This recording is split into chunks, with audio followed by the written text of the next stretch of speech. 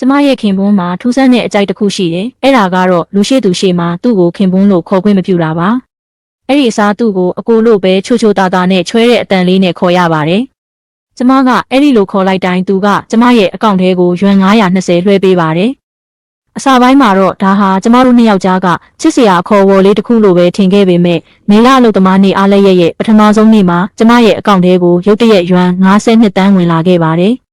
ကျမကခင်ပွန်းဖြစ်သူစီသွားပြီးချွဲချွဲနွဲ့နွဲ့နဲ့ပြောဖို့လုပ်ခဲ့ပေမဲ့သူ့အတွင်းရေးမှုနဲ့စကားပြောနေတာကိုမတော်တဆကြားလိုက်ရပါတယ်။အချစ်ရေကျမတို့ရဲ့မင်္ဂလာပွဲကဒီလောက်အရေးကြီးတဲ့နေ့ထူးနေ့မြတ်ကြီးပဲ။ရှင်းရဲ့အဲ့ဒီညီမလေးကိုဘာလို့မဖိတ်တာလဲ။ပုံမှန်ဆိုရှင်ကသူ့ကိုအလိုလိုက်ဆုံးမဟုတ်လားငါရဲ့ညီမလေးကိုမဖိတ်တော့ဘူးလိမ္မာပါတယ်နော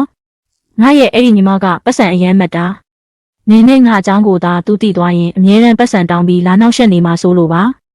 ကျဲစင်မကမကြေမနက်ဖြစ်တယ်လို့မျက်နှာပြက်ပြီးဒေါသတကြီးနဲ့လှည့်ထွက်သွားပါတယ်ငါရဲ့ဇနီးကိုပဲရစ်မှာကျင်းပမဲ့ဖက်ရှင်ပြပွဲကိုသွားနိုင်အောင်ချက်ချင်းစီစဉ်ပေးပြီးသူမကိုခဏလောက်ပြန်မလာနိုင်အောင်လုပ်ထားလိုက်ငါနဲ့ကျဲစင်မတို့ရဲ့လူသိရှင်ကြားမင်္ဂလာပွဲကိစ္စကိုတော့သူမမသိအောင်လုံးဝလျှို့ဝှက်ထားပါသတင်းတွေအားလုံးကိုလည်းပိတ်ထားဘာပဲလုပ်ရငါဇနီးကိုလုံးဝမသိစေနဲ့သူ့ကိုယောက်ျားလို့မခေါ်ခိုင်းပဲအကိုလို့ခေါ်ခိုင်းတာဟာအပြင်မှာရှိနေတဲ့ကျဲစင်မဆိုတဲ့သူချစ်ရတဲ့မိန်းမကိုကျမကသူ့ရဲ့ဇနီးမှန်မသိအောင်ဖုံးကွယ်ထားချင်တာကြောင့်ကိုကောင်းပြီလေဒီလိုဆိုရင်ပဲရစ်ကိုသွားပြီးတာနဲ့ကျမဘယ်တော့မှပြန်မလာတော့ဘူးနောက်တစ်နေ့မှာတော့အိတ်ခံပွဲခန်းမထဲမှာသူကကျမကိုရှိုးပွဲဝင်ခွင့်ဖိတ်ကြားလွှာနဲ့လေရင်လက်မှတ်တွေပေးလာပါတယ်အခုတလောကုမ္ပဏီမှာအလုပ်တွေအရန်ရှုံနေတယ်နင်ကပဲရစ်ကရှိုးပွဲတွေကိုတွားကြည့်ကျင်တယ်လို့အမြဲတမ်းပူစာနေခဲ့တာမလားအခုအချိန်ကတွားပြီးအနားယူဖို့အကောင်းဆုံးအချိန်ပဲငါရှိမှရှိနေတဲ့ခြံကုန်နွားကိုယွန်းနွန်းလို့မုန်းနွန်းလို့သူ့အတန်ကိုနားထောင်နေရတာတောင်ရင်ဘတ်ထဲမှာတင်းကျပ်လာပါတယ်အိတ်ခံပွဲရဲ့စူညံတန်တွေကကားပတင်းပေါက်အပြင်ဘက်မှာကြံရစ်ခဲ့ပြီးလမ်းမပေါ်မှာလမ်ဘော်ဂီနီကားကညမှောင်တဲကိုချောချောမွေ့မွေ့မောင်းနှင်သွားပါတယ်ကျမကခရီးတဲ့ထိုင်ကုန်မှာထိုင်ပြီးလက်ထဲမှာပထမရန်ပဲရစ်လေရင်လက်မှတ်ကိုတင်းတင်းကြပ်ကြပ်စုပ်ကင်ထားပါတယ်အကယ်၍ကျမသာအဲ့ဒီနေ့ကလာတာဆောင်ပေါ်မှာမတော်တဆရောက်နေပြီးသူတို့နှစ်ယောက်ပြောနေကြတာကိုသာမကြားခဲ့ဘူးဆိုရင်အခုအချိန်မှာဝမ်းသာပျော်ရွှင်နေပြီးချန်စီကအလုပ်တွေအရန်များနေတဲ့ကြားကတော့ကျမကြိုက်တာကိုမှတ်မိနေသေးတယ်ဆိုပြီးအရန်ကိုစိတ်လှုပ်ရှားခြင်းနဲ့နေမှာပါဒါပေမဲ့အခုတော့သူကယွမ်52တန်းနဲ့ကျမကိုဖယ်ရှားဖို့စူးစမ်းနေတာပဲသူတို့မင်္ဂလာဆောင်တာကိုကျမသိသွားပြီးပွဲဖြတ်ပြစ်မှာကြောက်လို့နောက်ဆုံးတော့ Paris Fashion ပြပွဲကိုအကြောင်းပြပြီးကျမကိုအဝေးကိုတွန်းပို့လိုက်တာပဲအားလုံးဟာကျဲစင်မအတွက်ကြီးကျယ်ခမ်းနားတဲ့လူသိရှင်ကြားမင်္ဂလာပွဲတစ်ခုကျင်းပပေးဖို့အတွက်ပဲဖြစ်နေကြပါတယ်ကားကအင်ကြီးရဲ့အဝင်ဝမှာရက်လိုက်တာနဲ့ကျမတို့ရဲ့အသက်9နှစ်အရွယ်သမီးလေးအန်းကအခန်းထဲကနေခြေပလာလေးနဲ့ပြေးထွက်လာပါတယ်သူမကကြည်လင်တောက်ပတဲ့အတန်လေးနဲ့အော်လိုက်ပါတယ်ဖေဖေကြည့်ပါဦးဒီနေ့ကျောင်းမှာသမီးတို့3ယောက်ပုံကိုဆွဲခဲ့တယ်ဆရာမကသမီးဆွဲတဲ့ပုံကအကောင်းဆုံးပဲလို့ပြောပြီးစုအဖြစ်ပန်းနီလေးတစ်ပွင့်တောင်ပေးခဲ့တယ်ကျမကသူ့စီလျှောက်သွားပြီးသမီးဆွဲထားတဲ့ပုံကိုယူပေးဖို့လုပ်ပေမဲ့အန်းကသူ့ကိုယ်တိုင်ပကြီးကားကိုသူ့ဖေစီပြဖို့မျှော်လင့်တကြီးနဲ့လက်လေးနှစ်ဖက်ကိုမြှောက်လိုက်ပါသေးတယ်ဒါပေမဲ့ချန်စီရဲ့အကြီးကတော့ဖုံးမြင့်တဲ့ပြင်ပေါ်ကနေတစ်ချက်တောင်မခွာခဲ့ပါဘူးသူ့မျက်လုံးထဲမှာတော့ကျမနဲ့သမီးလေးအန်းပေါ်ဘယ်တော့မှမပြခဲ့ဘူးတဲ့နူးညံ့ကျင်နာတဲ့ကြည်မျိုးပေါ်နေပါတယ်အန်းရဲ့လက်မောင်းလေးတွေကပုံလေးကိုအကြာကြီးကင်ထားရတာကြောင့်ညောင်းလာပါတယ်နောက်ဆုံးမှာအန်းကသူ့ဖေရဲ့ဘောင်းဘီကိုညင်ညင်သာသာဆွဲလိုက်ပြီးဖေသမီးဆွဲထားတဲ့ပုံလေးကိုကြည့်ပေးပါနော်လို့တောင်းဆိုလိုက်တယ်ဒါပေမဲ့ချန်စီကတော့ဘာမှမတုံ့ပြန်ခဲ့ပါဘူးအန်းရဲ့အတန်ထဲမှာငိုချင်းတန်လေးတောင်ပါလာပါတယ်အဲ့ဒီအချိန်မှပဲချန်စီကခေါင်းငုံကြည့်လိုက်ပြီးမျက်မှောင်နှဲငယ်ကျုပ်ကပုံဆွဲထားတာကောင်းတယ်အခုသွားအိတ်တော့ဆိုပြီးအန်းကိုခက်ထန်စွာပြောလိုက်တယ်သူကသမီးလေးဆွဲထားတဲ့မိသားစုပုံကိုလုံးဝမကြည့်ပဲပြောလိုက်တာပါအန်းရဲ့နှာခမ်းလေးကမူမဲမဲဖြစ်သွားပြီးနှလုံးလေးတွေကလည်းချက်ချင်းหนีရဲလာပါတယ်သမီးလေးကိုကြည့်ရင်ကျမရဲ့နှလုံးသားကအယမ်းနာကျင်လွန်းလို့အသက်ရှူတော်မဝသလိုခံစားလိုက်ရတယ်ကျမကအန်းကိုရင်ခွင်ထဲမှာဖတ်ထားလိုက်ပြီးကလေးထင်းကအန်းကိုသူမရဲ့အခန်းထဲပြန်ခေါ်သွားပြီးမှပဲကျမကခေါင်းမော့လာပြီးချန်စီရဲ့မျက်နှာကိုစိုက်ကြည့်လိုက်တယ်ရှင်တကယ်ပဲအခုတလောအယမ်းလုံများနေတာလားဘာလို့ရုတ်တရက်ကြီးအဲ့ဒါကိုမေးတာလဲပဲရစ်ခီကနောက်ပတ်မဟုတ်ဘူးလားအားလည်းရက်မှာသွားတာဆိုတော့ရှင်လဲကျမနဲ့အတူမလိုက်ဘူးလားချန်စီရဲ့ဘယ်ဘက်လက်ချောင်းတွေကညာဘက်လက်ကောက်ဝတ်မှာဝတ်ထားတဲ့ပတက်ဖလနာရီရဲ့မျက်နှာပြင်ကိုညင်သာစွာပုတ်နေပါတယ်ကုမ္ပဏီကအခုလေးတင်အရေးကြီးတဲ့စီမံကိန်းကြီးတစ်ခုကိုလက်ခံရရှိထားတယ်အခုချိန်မှာငါမအားဘူးဒါဟာချန်စီငငယ်ကလေးကရှိခဲ့တဲ့အကျင့်တစ်ခုပါသူလိန်ပြောတဲ့အခါတိုင်းသူ့လက်ကောက်ဝတ်မှာရှိတဲ့တစ်ခုခုကိုသူကိုယ်တိုင်တော့မသိလိုက်ပဲလက်နဲ့ပုတ်တက်ပါတယ် အရင်တုန်းကကျမတို့ချစ်သူတွေဖြစ်နေချိန်မှာသူကကျမအတွက်ဆေးဆက်လက်စွပ်ကိုလျှို့ဝှက်ပြင်ဆင်နေခဲ့ပြီးကျမကသူပဲသွားနေလဲလို့မေးလိုက်တော့သူကအခုလိုပဲနိုင်ရဲ့မျက်နှာပြင်ကိုပုတ်နေခဲ့တယ်။အဲ့ဒီတုန်းကတော့သူလိန်ပြောတဲ့ပုံစံလေးကိုအရန်ချစ်စရာကောင်းတယ်လို့ထင်ခဲ့မိတယ်။ဒါပေမဲ့အခုတော့အဲ့ဒီအပြုတ်မှုကိုမြင်ရတာသူ့ကိုအရန်ယုံမိတယ်။အန်းကိုအိယာဝင်စေပြီးတဲ့နောက်ကျမကတိတ်တိတ်လေးကလေးထင်းခန်းထဲကနေထွက်လာခဲ့ကအိတ်ခန်းကြီးထဲကချန်စီရဲ့ပုံမှန်အသက်ရှူတန်ကိုကြားနေရပါတယ်။သူ့ရဲ့အသက်ရှူတန်ကိုယွန်းလွန်းလို့ကျမကစားကြည့်ခန်းထဲကိုဝင်သွားလိုက်တယ်။တေးဂီတာပြီးတော့လာရောင်အောင်မှာကျမရဲ့လက်တော့ကိုဖွင့်ပြီးဘယ်သူမှမသိတဲ့ကိုပိုင်အီးမေးလ်အကောင့်ကိုနှိပ်ဖွင့်လိုက်တယ်။အဝင်စာထဲမှာတော့လွန်ခဲ့တဲ့2ပတ်ကရောက်လာတဲ့အီးမေးလ်တစ်စောင်ရှိနေပါတယ်။ကမ္ဘာထိပ်တန်းဖက်ရှင်ဌာနတစ်ခုရဲ့ဌာနချုပ်ကနေတရားဝင်ဖိတ်ကြားစာပို့ထားတာဖြစ်ပြီးကျမကိုသူတို့ရဲ့အဓိကဒီဇိုင်နာအဖြစ်တာဝန်ယူပေးဖို့ဖိတ်ကြားထားတာပါ။လွန်ခဲ့တဲ့6နှစ်ကကျမဟာဖက်ရှင်လောကမှာအလိုအဆုံးတက်သစ်စာဒီဇိုင်နာတစ်ယောက်ဖြစ်ခဲ့ပါတယ်။လုပ်ငန်းနယ်ပယ်ထဲမှာအရေးချင်းရှိဆုံးပါရမီရှင်ဒီဇိုင်နာလို့တောင်ခေါ်ခံခဲ့ရပြီးအဲ့ဒီနောက်ပိုင်းမှာကျမကချန်စီနဲ့လက်ထပ်ခဲ့တယ်။သူကကျမလက်ကိုကင်ပြီးမျက်လုံးနီရဲနဲ့ကျမကိုအလုပ်ရမ်းမလုပ်စေချင်ဘူးလို့ပြောခဲ့ပါတယ်။သူကကျမကိုထောက်ပံ့ပေးမယ်အတီးငိမ်ဆုံးနဲ့အပျော်ရွှင်ဆုံးမိသားစုဘဝကိုပေးမယ်လို့ကတိပေးခဲ့တာကြောင့်သူ့ရဲ့အလုပ်ကိုင်လမ်းကြောင်းကိုမထိခိုက်စေဖို့ကျမရဲ့နာမည်နဲ့အောင်မြင်မှုတွေကိုဆွန့်လွတ်လိုက်တယ်။အခုတော့အပြင်လူတွေရဲ့အမြင်မှာကျမကခင်ပွန်းတဲ့ရဲ့ပတ်စံကိုမိခိုးပြီးနေထိုင်ရတဲ့ချမ်းသာတဲ့ဇနီးမယားတစ်ယောက်ဖြစ်ပဲကြံရှိနေခဲ့တယ်။အားလုံးရှိမှတောင်သူ့ကိုအကိုလို့ခေါ်ရတဲ့အဓိပ္ပာယ်မဲလှတဲ့အစီအစဉ်ကိုကျမကဘာမှမသိပဲလိုက်ရောပြီးဟန်ဆောင်ပေးခဲ့တယ်။ကျမကသူ့ရဲ့ညီမလေးဖြစ်ပဲလူတွေရှေ့မှာပေါ်လာနိုင်ခဲ့တယ်။လက်တော့စခရင်ပေါ်ကပြင်သစ်စာတွေကိုစိုက်ကြည့်ရင်ကျမရဲ့လက်ချောင်းတွေကကီးဘုတ်ပေါ်ကိုတဖြည်းဖြည်းကျလာပါတယ်။ဖိတ်ကြားချက်ကိုလက်ခံပါတယ်။နောက်ပတ်မှာသတ်မှတ်ထားတဲ့အချိန်တိုင်းအလုပ်ဆောင်ဝင်ပါမယ်။6နှစ်ကြာတိတ်ဆိတ်နေခဲ့တဲ့ကျမရဲ့နှလုံးသားကရုတ်တရက်ပြင်းပြင်းထန်ထန်ခုန်လာခဲ့တယ်။ထွက်ခွာဖို့3ရက်အလိုမှာကျမကချန်စီရဲ့ဖက်ရှင်ကုမ္ပဏီရုံးချုပ်ကိုစာရွက်စာတမ်းကိစ္စတွေဆောင်ရွက်ပြီးဘဲရစ်ခီအတွက်လိုအပ်တဲ့ဗီဇာစာရွက်စာတမ်းတွေတွားယူခဲ့ပါတယ်။လမ်းတစ်လျှောက်မှာကုမ္ပဏီရဲ့ဝါရင်ဝန်ထမ်းတွေကကျမကိုအဓိပ္ပာယ်မျိုးစုံပါတဲ့အကြည့်တွေနဲ့ကြည့်ခဲ့ကြတယ်။ဒီနှစ်တွေတစ်လျှောက်လုံးကျမကချန်စီရဲ့နောက်ွယ်မှာနေပြီးကုမ္ပဏီအတွက်အဓိကဒီဇိုင်းတွေကိုဖန်တီးပေးနေခဲ့တာကိုသူတို့အားလုံးသိကြပေမဲ့ကျမကတကယ်ချန်စီရဲ့တရားဝင်ဇနီးလေးဖြစ်နေတယ်ဆိုတာကိုတော့လူနည်းငယ်ကလွဲပြီးဘယ်သူမှမသိကြပါဘူး။အမှုဆောင်အရာရှိချုပ်ရဲ့ရုံးခန်းတကားရှိကိုရောက်သွားတဲ့အချိန်မှာတကားကအတွင်းဘက်ကနေရုတ်တရက်ပွင့်လာပါတယ်။ကျဲစင်မကအပြင်ကိုထွက်လာပြီးသူမကကိုချက်ကောင်းဝင်လေးကိုဝတ်ထားပါတယ်။ကျမကိုမြင်တော့ခဏလောက်ရက်သွားပြီးနောက်ပါဇက်ကိုအုပ်ကရီမောလိုက်တယ်။အမနင်းမင်းကဒီကိုဘာလာလုပ်တာလဲ။ကိုချန်စီကပတ်စံထက်လာတောင်းတာလား။အမှန်တိုင်းပြောရရင်အမဒီဇိုင်နာအိတ်တွေအများကြီးဝယ်ဖို့အတွက်နဲ့အခုလိုမျိုးရုံးကိုခဏလာပြီးကိုချန်စီရဲ့အလုပ်ကိုအနှောင့်အယှက်မပေးသင့်ဘူးလေ။ကျဲစင်မကလုံးဝယုံကြည်ချက်အပြည့်နဲ့ထက်စီးကနေကျမကိုပြောနေခဲ့တယ်။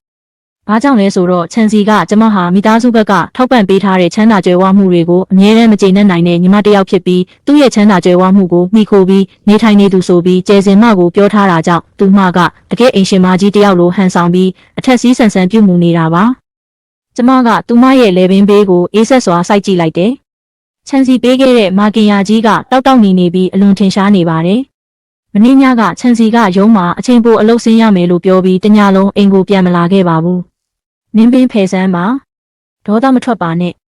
နင်ငါကိုလုံးဝသဘောမကျမှန်းငါသိပါတယ်ဒါပေမဲ့ကိုချန်စီနဲ့ငါတို့မင်္ဂလာဆောင်ပြီးသွားရင်နင်ကငါကိုရောင်းမလို့ခေါ်ရတော့မှချန်စီကရုံခန်းထဲကနေအမြန်ထွက်လာပြီးကျဲစင်မကိုသူ့နောက်ဘက်မှာချက်ချင်းဆွဲထားလိုက်ပြီးကာကွယ်ပေးလိုက်တယ်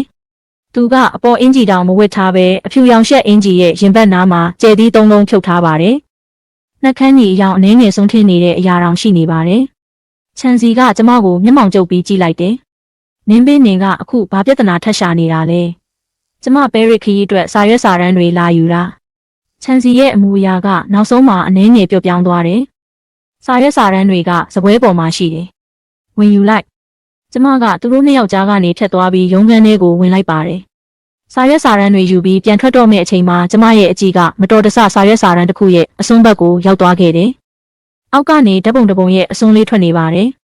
ဓာတ်ပုံထဲမှာကျဲစင်မကအဖြူရောင်မင်္ဂလာဝတ်စုံကိုဝတ်ထားပြီးတောက်ပစွာပြုံးကချန်စီရဲ့ရင်ခွင်ထဲမိနေပါတယ်။ချန်စီကသူမကိုငုံကြည့်နေပြီးသူ့မျက်လုံးတွေထဲမှာနူးညံ့ကျင်နာမှုတွေပြည့်နှက်နေပါတယ်။ဓာတ်ပုံရဲ့နောက်ကျောမှာတော့ကျဲစင်မရဲ့လှပတက်ရက်တဲ့လက်ရည်နဲ့အနာဂတ်မှာတဦးကိုတဦးထာဝရချစ်ခင်သွားကြမယ်လို့ရေးထားပါတယ်။အဲ့ဒီအချိန်မှာကျမရဲ့ခန္ဓာကိုယ်ထဲကသွေးတွေပြန်စီးဆင်းသွားသလိုခံစားလိုက်ရတယ်။ ချန်စီကကျမလက်ထဲကဓာတ်ပုံကိုမြင်သွားတာနဲ့သူ့မျက်နှာကချက်ချင်းခတ်ထန်သွားကကျမရဲ့လက်ထဲကဓာတ်ပုံကိုအလျင်မြန်လူယူလိုက်ပါတယ်။သူ့ရဲ့လှုပ်ရှားမှုကအရန်ရုပ်တရက်ဆန်သွားတာကြောင့်စပွဲပေါ်ကကော်ဖီခွက်ကိုတိုက်မိပြီးလဲကျသွားပါတယ်။ငါပစ္စည်းတွေကိုနင်းကိုဘသူကကြည့်ခိုင်းလို့လဲ။ကျမကသူ့ကိုတီတီငိမ့်ငိမ့်လေးပဲကြည့်နေလိုက်တယ်။ချန်စီကတ िश ူးတစ်ရွက်ကိုအလျင်မြန်ဆွဲယူကဓာတ်ပုံပေါ်ကကော်ဖီစွန်းထင်းတာကိုဂယုတစိုက်သေးသေးချာချာတုပ်နေခဲ့တယ်။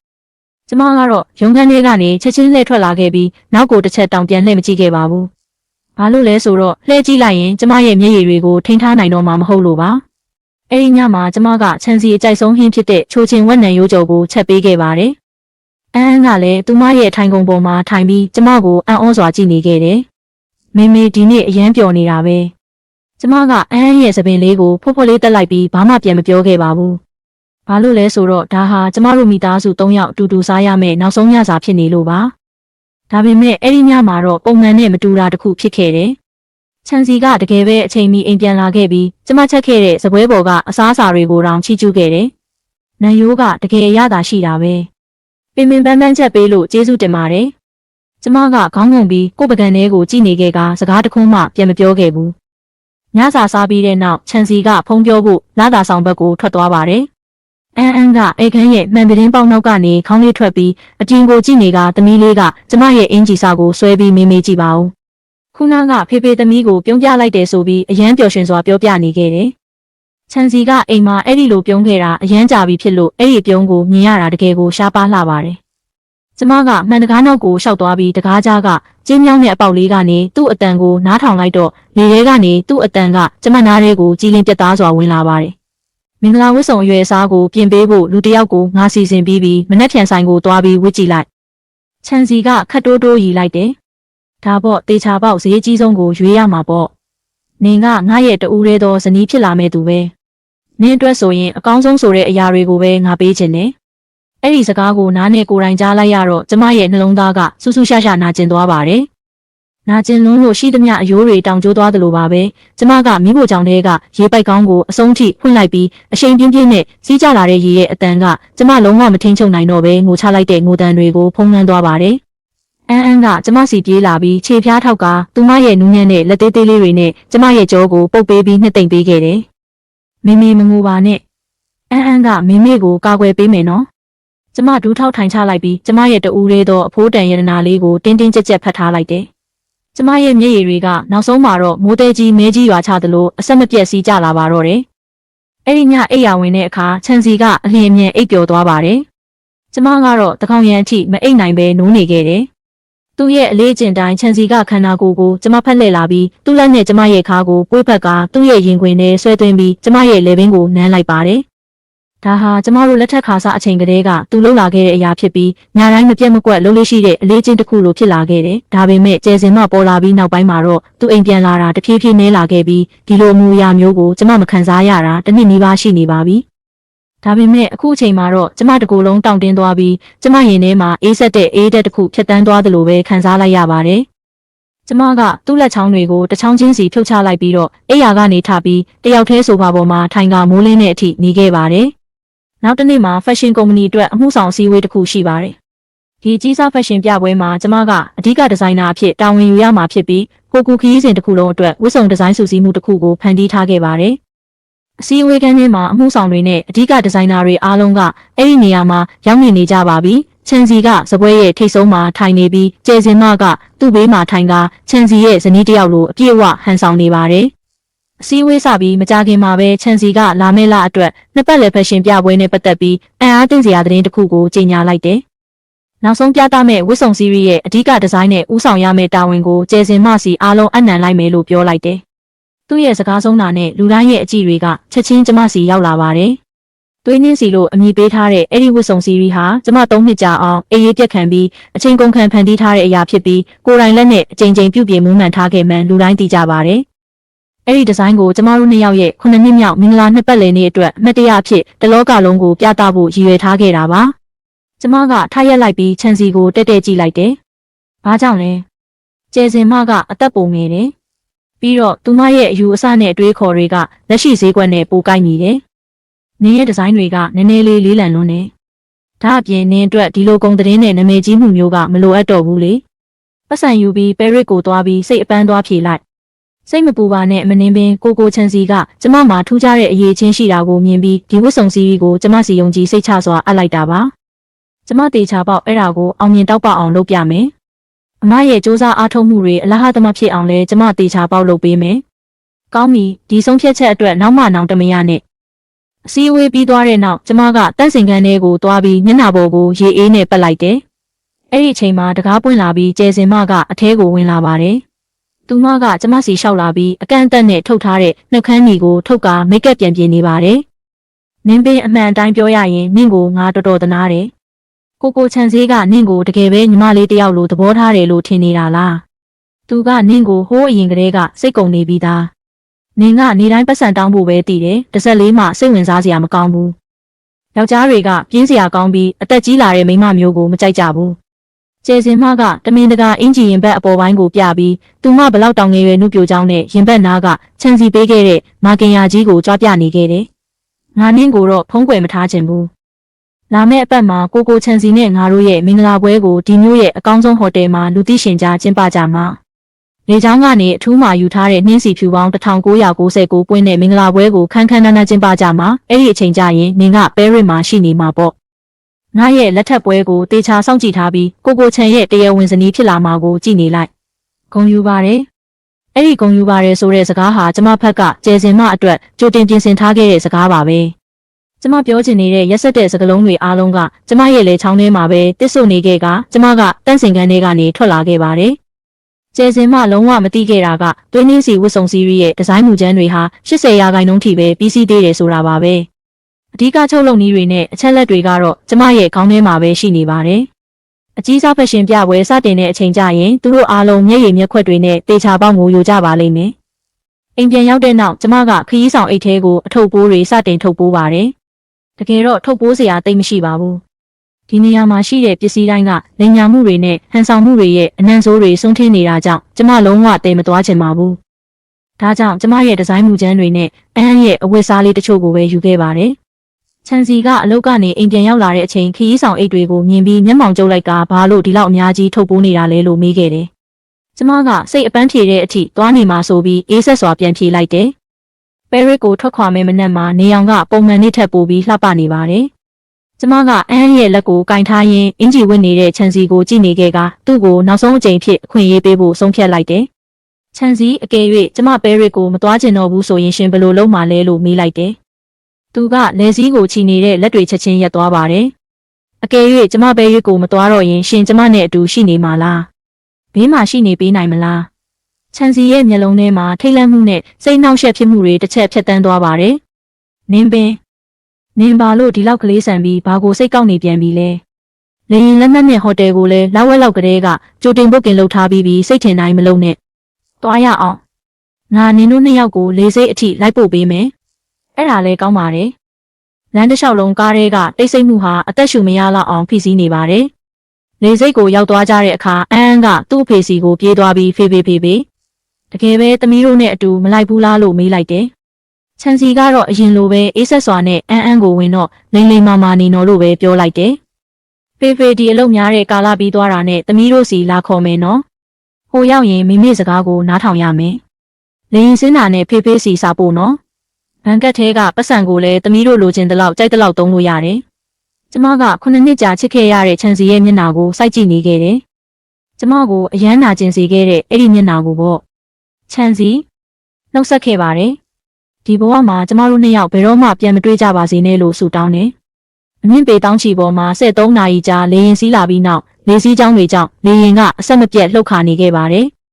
လေရင်ခန်းပြင်ဘက်မှာတော့အမြင့်ပေတောင်းချီကတိမ်တွေကိုမြင်နေရပါတယ်နောက်ဆုံးတော့လေရင်ကချောမွေ့ဆင်းသက်သွားပြီးချားဒီကောလေစိတ်ကိုရောက်သွားပါတယ်ပြေးလန်းကကျမမျက်စိရှိမှတဖြည်းဖြည်းပုံမကြီးမလာကလေရင်ဘိန်းတွေနဲ့မြေပြင်ပုတ်တိုက်တန်ကြောင့်အနှဲငယ်တုန်ခါလာပါတယ်မေလေရင်ကအခုမလှုပ်တော့ဘူးသမီးတို့ပဲရစ်ကိုရောက်လာကြပြီလားဟုတ်တယ်မေတို့ပဲရစ်ကိုရောက်လာကြပြီဒါကမေ6နှစ်အတွင်းဂျန်ချင်းကနေပထမဆုံးအကြိမ်ထွက်လာတာပဲမေပဲရစ်ရဲ့လေထုကအေးလေးနဲ့လန်းဆန်းစေတယ်အိမ်မာနဲ့မတူဘူးနော်ဟုတ်တယ်ဒီမှာကအရန်တန်နေလေစိတ်မာလူတွေနဲ့စီကားနေပြီးနေရာတိုင်းမှာမရင်းနှီးတဲ့မျက်နှာတွေပြည့်နေပါတယ် ဒါပေမဲ့ကျမကလီဆာကိုတစ်ချက်ကြည့်ုံနဲ့တွေးလိုက်ပါတယ်။သူက TK ကုမ္ပဏီရဲ့တရုတ်ပြည်မကြီးဒေတာဆိုင်ရာအမှုဆောင်ချုပ်ဖြစ်တယ်လို့အရင်တုန်းကကျမကိုဖက်ရှင်လောကထဲခေါ်သွင်းပေးခဲ့တဲ့ကျမရဲ့လက်ဦးဆရာလည်းဖြစ်ပါတယ်။သူကကျမစီကိုအမြန်လျှောက်လာပြီးတင်းတင်းကြပ်ကြပ်ဖက်လိုက်တာကြောင့်အရိုးတွေတောင်နာကျင်လာပါတယ်။6 နှစ်တောင်ကြာသွားခဲ့ပြီးနောက်ဆုံးတော့အဲ့ဒီယွန်စရာကောင်းတဲ့ယွန်းနွန်လေးကနေထွက်လာဖို့ဆုံးဖြတ်လိုက်ပြီပေါ့။ကျမကလည်းသူ့ကိုပြန်ဖက်ထားလိုက်တယ်။မျက်လုံးတွေကိုမှိတ်ပြီးပဲရစ်ရဲ့လေထုကိုခပ်ပြင်းပြင်းရှူလိုက်ကအခုဆိုရင်အသက်ရှူရတာတောင်အရင်ကထက်ပိုပြီးလွတ်လပ်ပေါ်ပါနေပါတယ်။လိမ်ညာမှုတွေမရှိတော့ဘူး။ပတ်စံမတ်တဲ့ညီမလေးလို့လဲခေါ်တာမခံရတော့ဘူး။လီဆာကကျမကိုလှုပ်လိုက်ပြီးကျမတို့ဘေးမှာရက်နေတဲ့အန်ကိုမုန်းကြည့်လိုက်တယ်။မင်္ဂလာပါချစ်စရာကောင်းတဲ့အန်ဒီလေးရေ။လီဆာကသဘောကျစွာရီလိုက်ပါတယ်။ပြီးတော့လှည့်ပြီးသူ့လက်ထောက်ကိုကျမတို့ရဲ့ခရီးဆောင်အိတ်တွေယူဖို့အချက်ပြလိုက်တယ်။ကျမတို့ကကားထဲဝင်ထိုင်လိုက်ပြီးကားကပဲရစ်မြို့လေဘက်ကိုဦးတီမောင်းနှင်သွားပါတယ်။သတင်းပေါက်အပြင်ဘက်မှာတော့လမ်းမတစ်လျှောက်ကမြင်ကွင်းတွေဖြတ်တန်းသွားကြတယ်။ဌာနချုပ်ဘက်မှာအားလုံးကိုစီစဉ်ပြီးပါပြီ။ဒရိုက်တာအဖွဲ့တစ်ခုလုံးကလည်းအွန်လိုင်းကနေရှိနေကြပြီးမြင်ပြန်လာမယ့်အချိန်ကိုအကြာကြီးစောင့်မျှော်နေကြတာ။ကျမကကော်ဖီခွက်ကိုကင်လိုက်ပြီးလက်ဖွားထဲမှာကော်ဖီရဲ့နှွေးထွေးမှုကိုခံစားလိုက်ရပါတယ်။ကော်ဖီကိုညင်ညင်သာသာတငုံတောက်လိုက်ပြီးခါတက်တဲ့အရသာကလေချောင်းလေးကိုရှော့ဆင်းသွားကအဲ့ဒီနောက်ကျမရဲ့စိတ်ကပိုပြီးကြည်လင်လာပါတယ်။နောက်ဆုံးတော့ကားက TK အဆောက်အုံရဲ့ဌာနချုပ်ရှိမှရက်လိုက်ပါတယ်။အဆောက်အုံကအပြင်ပန်းမှာရိုးရှင်းတိမ်မွေးပေမဲ့တမိုင်းကြောင်းတွေနဲ့ပြည့်နေတဲ့အဆောက်အုံတစ်ခုဖြစ်ပါတယ်။ကျမကလေးလံနဲ့မှန်တကားကိုတွန်းဖွင့်လိုက်ပြီးတတိယထပ်ကအစည်းအဝေးခန်းစီကိုချက်ချင်းတက်သွားကရှည်လျားတဲ့အစည်းအဝေးစပွဲဘေးမှာတော့အဓိကအဖွဲ့ဝင်တွေအားလုံးထိုင်နေကြပါတယ်။ကျမကရှေ့ကိုလျှောက်သွားပြီးအားလုံးပဲကျမကနင်းပေးပါလို့မိတ်ဆက်လိုက်တယ်။ပထမဆုံးဒီဇိုင်းကမျက်နှာပြင်ပေါ်မှာပေါ်လာကဖိုင်မီကိုလည်းကျမနာမည်နဲ့ပေးထားပြီးမနေ့ကမှပြောင်းထားတာပါ။အဲ့ဒီလိုပြောင်းလိုက်တာကကျမရဲ့အတိတ်ဆိုးကြီးကိုလုံးဝခြံထားခဲ့ဖို့ပါပဲ။ကျမရဲ့စူးစမ်းအားထုတ်မှုအားလုံးကိုပုံအပ်ထားခဲ့တဲ့ဒီဝစ်စုံစီရီကိုမူလကသွေးနှင်းစီလို့နာမည်ပေးထားခဲ့ပေမဲ့အခုတော့ပြန်လည်မွေးဖွားခြင်းလို့နာမည်ပြောင်းလိုက်ပါတယ်။ဝစ်စုံရဲ့အရွယ်အစားသတ်မှတ်ချက်တွေအထိအသေးစိတ်တိုင်းကိုလူတိုင်းရဲ့မျက်စိရှေ့မှာရှင်းလင်းစွာပြသထားပါတယ်။အစည်းအဝေးခန်းကအကြတန်တောင်ကြားရလောက်အောင်တိတ်ဆိတ်နေပြီးပန်ကာလေပတ်တန်ကိုတိုးတိုးလေးကြားနေရပါတယ်။လူတိုင်းကပရိုဂျန်တာမျက်နှာပြင်ကိုအာယုံစိုက်ပြီးစိုက်ကြည့်နေကြကအစာပိုင်းမှာသူတို့အားလုံးအသက်ရှူတာကိုရပ်ထားသလိုဖြစ်နေပြီးနောက်တော့တယောက်နဲ့တယောက်တီတိုစတင်ပြောဆိုလာကြပါတယ်။ခဏအကြာမှာတော့အန်အားတင်းတန်တွေအဆက်မပြတ်ထွက်ပေါ်လာပြီးဒီဇိုင်းဒါရိုက်တာပီတာကသူ့ထိုင်ကုန်ကိုနောက်ဆုတ်လိုက်ပြီးရုတ်တရက်ထိုက်ရက်ကမျက်နှာပြင်ရှေ့ကိုရှောက်လာပါတယ်။မျက်နှာပြင်ထဲဝင်တော့မလို့ဖြစ်နေတာကျမကတော့ဒီဇိုင်းဒါရိုက်တာပီတာတယောက်မျက်မှန်ချုပ်ပြီးအားပါတရလက်ခုပ်တီးနေတာကိုကြည့်နေခဲ့ပါတယ်။လက်ခုပ်တန်တွေကအစည်းအဝေးခန်းတစ်ခန်းလုံးမှာပဲ့တင်ထက်နေခဲ့တယ်။တကယ်ကိုအရန်အံ့ဩစရာကောင်းတာပဲ။ဒါကတကယ်ကိုမယုံနိုင်လောက်အောင်ကောင်းတယ်။နင်းပင်ဒီချုပ်လုပ်ပုံကိုကြည့်ပါဦး။ဒီလိုအမခန်းဖွဲ့စည်းတိဆောက်ပုံကိုလည်းကြည့်ပါဦး။တမယိုးကြအချိုးစားတွေကိုဒီလိုရဲရဲဝံ့ဝံ့ချိုးဖောက်ရဲတာမင်းတယောက်ပဲရှိတယ်။မင်းကဒီနယ်ပယ်ကိုအုပ်စိုးဖို့အတွက်မွေးဖွားလာတာပဲ။တကယ်ပါရမီရှင်ပဲ။အစည်းအဝေးခန်းတစ်ခုလုံးကနှွေးထွေးတဲ့လက်ခုပ်တန်တွေနဲ့ပောက်ကွဲသွားပါတယ်။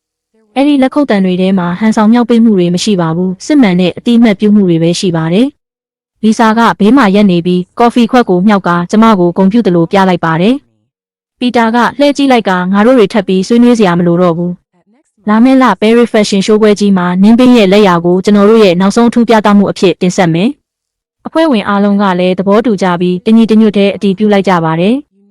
အစည်းအဝေးပြီးသွားတဲ့နောက်ကျမကလမ်းမရဲ့အဆုံးမှာရှိတဲ့တန့်စင်ခန်းထဲကိုဝင်သွားလိုက်ကစကြင်ကြောင်းနဲ့လှုပ်ထားတဲ့လက်ဆေးကုံကထိတွေ့လိုက်တာနဲ့အေးဆက်နေပါတယ်။ကျမကကြေးဝါရောင်ရေပိုက်ကောင်းကိုဖွင့်ပြီးလက်ဆေးလိုက်ကမှန်ထဲမှာပေါ်နေတဲ့ကျမရဲ့ပုံရိပ်ရောင်ကိုမောကြည့်လိုက်တယ်။ကျမရဲ့အသားအရည်ကအခုထိဖြူဖြော့နေပြီးမျက်လုံးအောက်မှာလည်းမျက်ကွင်းညိုတွေရှိနေတယ်။ကျမကသပင်ကို9နှစ်ကြာအောင်အရှည်ထားခဲ့တာပါ။အခုလိုမျိုးသပင်ကိုခါအထိအရှည်ထားခဲ့တာကလည်းအရင်တစ်ခါတုန်းကခြုံစည်းကကျမသပင်ကိုပုတ်တက်ရင်ကျမကိုသပင်ရှည်ရှည်ဖြောင်းဖြောင်းလေးနဲ့အနက်ရောင်လေးနဲ့ဆိုအလှဆုံးပဲလို့ပြောခဲ့တာကြောင့်ပါ။သူ့ရဲ့စိတ်မပါလက်မပါပြောခဲ့တဲ့စကားလေးတစ်ခွန်းကြောင့်ကျမကအဲ့ဒီသပင်ကိုနှစ်ပေါင်းများစွာဂရုတစိုက်ထိန်းသိမ်းခဲ့တယ်။ဒီသပင်ရှည်တွေကြောင့်ဒုက္ခများပြီးအချိန်ပိုကုန်ခဲ့တာတောင်မှလုံးဝအတူမညှက်ခဲ့ဘူး။ခြံစည်းမကြိုက်တော့မှကိုစိုးရင်ခဲ့လို့ပါ။အခုပြန်စဉ်းစားကြည့်လိုက်တော့ငါကတကယ်ကိုရည်စရာကောင်းတော့အောင်မိုင်မဲခဲ့တာပဲအရန်တနာစရာကောင်းလို့နေတယ်။လက်ဆေးခုံဘေးကပစ္စည်းထည့်တဲ့ခွက်ထဲမှာတော့အထုပ်တွေဖွင့်တဲ့ကက်ကြေးတစ်ချောင်းရှိနေပါတယ်။ကျမကလန်းလန်းပြီးကက်ကြေးကိုကောက်ယူလိုက်တယ်။ပလတ်စတစ်လက်ကင်ကိုတင်းတင်းဆုပ်ကင်ပြီးမျက်တောင်တစ်ချက်တောင်မခတ်ပဲနေရွက်အောင်နားကနေသပင်ညက်ပြစ်မဲ့နေရာကိုတေချာချိန်လိုက်တယ်။ တစ်ချက်ညှက်ချလိုက်တာနဲ့သပင်ရှည်တစ်စီးကပြက်ကျသွားပြီးခြံစည်းနဲ့ရှိခဲ့တဲ့အမှတ်တရအားလုံးကိုဖျက်တောက်လိုက်ကစိတ်တစ်လူတစ်ပုံစံအစ်စ်နဲ့အတူဘဝကိုအစ်စ်တဖန်ပြန်စတင်တော့မှာပါ။သပင်ညှက်ပြီးနောက်မယုံနိုင်လောက်အောင်လွတ်လပ်ပေါ်ပါနေကထင်ထားတာထက်ပိုတက်ကြွမှုရှိလာခဲ့တယ်။ကျမကအိတ်ကိုဖွင့်ပြီးအနီရောင်တောက်တောက်နှက်ခမ်းဒီတစ်ချောင်းကိုထုတ်လိုက်တယ်။ပြီးတော့နှက်ခမ်းဒီဆိုးလိုက်တာနဲ့အနီရောင်နှက်ခမ်းကြောင့်ကျမရဲ့မျက်နှာတစ်ခုလုံးပုံမတောက်ပသွားပါတယ်။မှန်သေးကကျမရဲ့မျက်လုံးတွေထဲမှာလည်းနောက်ဆုံးတော့ထက်မြက်တဲ့အရေးအယောင်တစ်ခုပေါ်လာပါတယ်။ချွန်စေးဒါကမှတကယ်နင်းပင်းဆိုတဲ့ငါပဲအခုတော့မိဖို့ကြောင့်ထဲမှာပဲချက်ပြုတ်ပေးနေရတဲ့ချမ်းသာတဲ့အိမ်ရှင်မတစ်ယောက်မဟုတ်တော့ဘူးတစ်ချိန်ထဲမှာပဲဂျန်ချုံမှာလည်းအဖြစ်အပျက်တစ်ခုဖြစ်ပျက်နေပါတယ်အဲ့ဒီအဖြစ်အပျက်ကအလွန်မင်းရည်စရာကောင်းလွန်းတယ်ချန်စေးကမြို့လေကအဆင့်မြင့်ဆုံးဘူဂါရီဟိုတယ်ကိုကြိုတင်ငှားထားပြီးအထက်3ထပ်လုံးကိုပါအသုံးပြုထားပါတယ်လေကြောင်းကနေအထူးမှယူထားတဲ့နှင်းစီဖြူ1999ပွင့်ကအိတ်ခံပွဲခန်းမတစ်ခုလုံးကိုဖုံးလွှမ်းထားပါတယ်လူတွေကချန်စေးဟာသူ့ရဲ့ဇနီးလေးကိုအရန်ချစ်တက်ပြီးတန်ဖိုးထားတတ်တယ်။တစ္ဆာလည်းရှိတယ်လို့ချီးကျူးနေကြပါတယ်။ဒါပေမဲ့လွန်ခဲ့တဲ့ရက်နေငယ်ကမှဒီလိုတစ္ဆာရှိလာပါတယ်ဆိုတဲ့ချန်စေးကကျမနဲ့အတူအိယာတစ်ခုပေါ်မှာအိတ်နေခဲ့သေးတယ်ဆိုတာဘယ်သူမှမသိကြပါဘူး။အန်ဟန်ကကျမရဲ့တက်ပလက်ကိုကင်ပြီးကာတွန်းသားကြည့်နေခဲ့ပေမဲ့ရုတ်တရက်သူမကလှုပ်ရှားမှုရပ်သွားပြီးလက်ချောင်းသေးသေးလေးနဲ့မျက်နှာပြင်ကိုထောက်ပြလိုက်ပါတယ်။မမေကြည့်ပါဦး။ကျမကသမီးလေးဘေးကိုကင်ပြီးကြည့်လိုက်တယ်။ချန်စေးရဲ့မင်္ဂလာပွဲကိုတိုက်ရိုက်ထုတ်လွှင့်ပြသနေတာဖြစ်ပြီးချန်စေးနဲ့ကျယ်စင်မာတို့နှစ်ယောက်ကပင်လယ်ပြင်ကြီးလိုနှင်းစီပန်းတွေရဲ့အလယ်မှာရပ်နေကြပါတယ်။နှစ်ယောက်သားတံမိုးကြီးလက်ထက်လက်စွပ်တွေကိုဝစ်လိုက်ကြပြီးချန်စေးကကိုကိုင်းကကျယ်စင်မကိုနမ်းလိုက်တယ်။အန်ကမျက်ခုံးသေးသေးလေးတွေကိုကျုပ်လိုက်ပြီးလက်ချောင်းလေးနဲ့မျက်နှာပြင်ကိုညင်သာစွာထောက်လိုက်ကမေမေဖေကဘာလို့အဲ့ဒီလိုအဝတ်စားတွေဝတ်ထားတာလဲ။ဘာလို့အဲ့ဒီမိန်းမစိုးကိုနမ်းနေတာလဲလို့မေးလိုက်တယ်။ဘာဖြစ်လို့လဲဆိုတော့အဲ့ဒီဖေဆိုတဲ့လူကပျက်စီးပြီးသားဖြစ်နေလို့ပဲ။သူ့ရဲ့အတွင်းကစက်ရန်တရားတွေဟာတန်ချေးတက်နေပြီ။မိမိတို့သူ့ကိုမလိုချင်တော့ဘူး။မိမိပြောတာမှန်တယ်။သမီးတို့ကလေးထင်းချောင်းကကလေးတွေတောင်မှပျက်စီးနေတဲ့အယုတ်တွေဆိုအနံဆိုးထွက်လာတယ်ဆိုတာသိကြတယ်။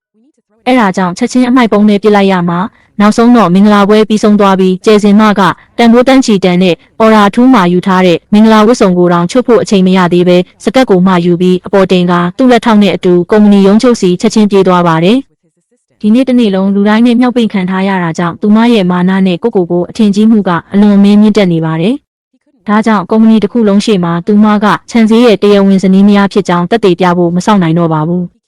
အကြီးစားဖက်ရှင်ပြပွဲကိုဦးဆောင်ဖို့သူမမှာအရေးချင်းရှိကြောင်းသက်သေပြဖို့အတွက်ဒီဇိုင်းရေးဆွဲတဲ့အခန်းရဲ့တကားကိုမာနာကြီးစွာကန်ဖွင့်လိုက်ပါတယ်။ဒီဇိုင်းရေးဆွဲဌာနရဲ့အကြီးအကဲဒေးဗစ်ကသူမစီလျှောက်လာပါတယ်။ဒေးဗစ်ကအတွေ့အကြုံနှစ်ပေါင်း20ရှိတဲ့ဝါရင်အချုပ်ဆရာကြီးတစ်ယောက်ပါ။သူကစပွဲပေါ်ကဒီဇိုင်းကိုကောက်ယူပြီးကြည့်လိုက်တာနဲ့မျက်ခုံးတွေချက်ချင်းမျက်မှောင်ကျုပ်သွားပါတယ်။နှစ်ကြိမ်တိုင်းသေချာစစ်ကြည့်ပြီးမှကျယ်စင်မကိုမော့ကြည့်လိုက်တယ်။တထေးကတော့ဒီဒီဇိုင်းကမှားနေပါတယ်။ဘာကမှားနေတာလဲဒီဒီဇိုင်းကအပြင်ဘက်ပုံစံနဲ့အယောင်စင်ပဲပါတယ်အဓိကသုံးဖက်မြင်ကြုံလုံးမှုအချက်လက်တွေကဘယ်မှာလဲဒေးဗစ်ကကျယ်စင်မရဲ့ဒီဇိုင်းမားတွေကိုဆက်ပြီးထောက်ပြလိုက်တယ်ဒီခါနေရာမှာအရှုပ်ထွေးဆုံးအပေါက်ဖောက်ဒီဇိုင်းနဲ့အထည်ဆက်တဲ့နီးလန်းနဲ့လှုပ်ဆောင်ရမယ့်ညွှန်ကြားချက်တွေအားလုံးလွတ်နေတယ်ပြီးတော့ဘလို့အတွင်းခံအထည်မျိုးသုံးပါလဲကိုခန္ဓာအကွေးဝိုက်တွေနဲ့ကိုက်ညီအောင်ဘလို့တင်းကျပ်စွာချုပ်ပါလဲ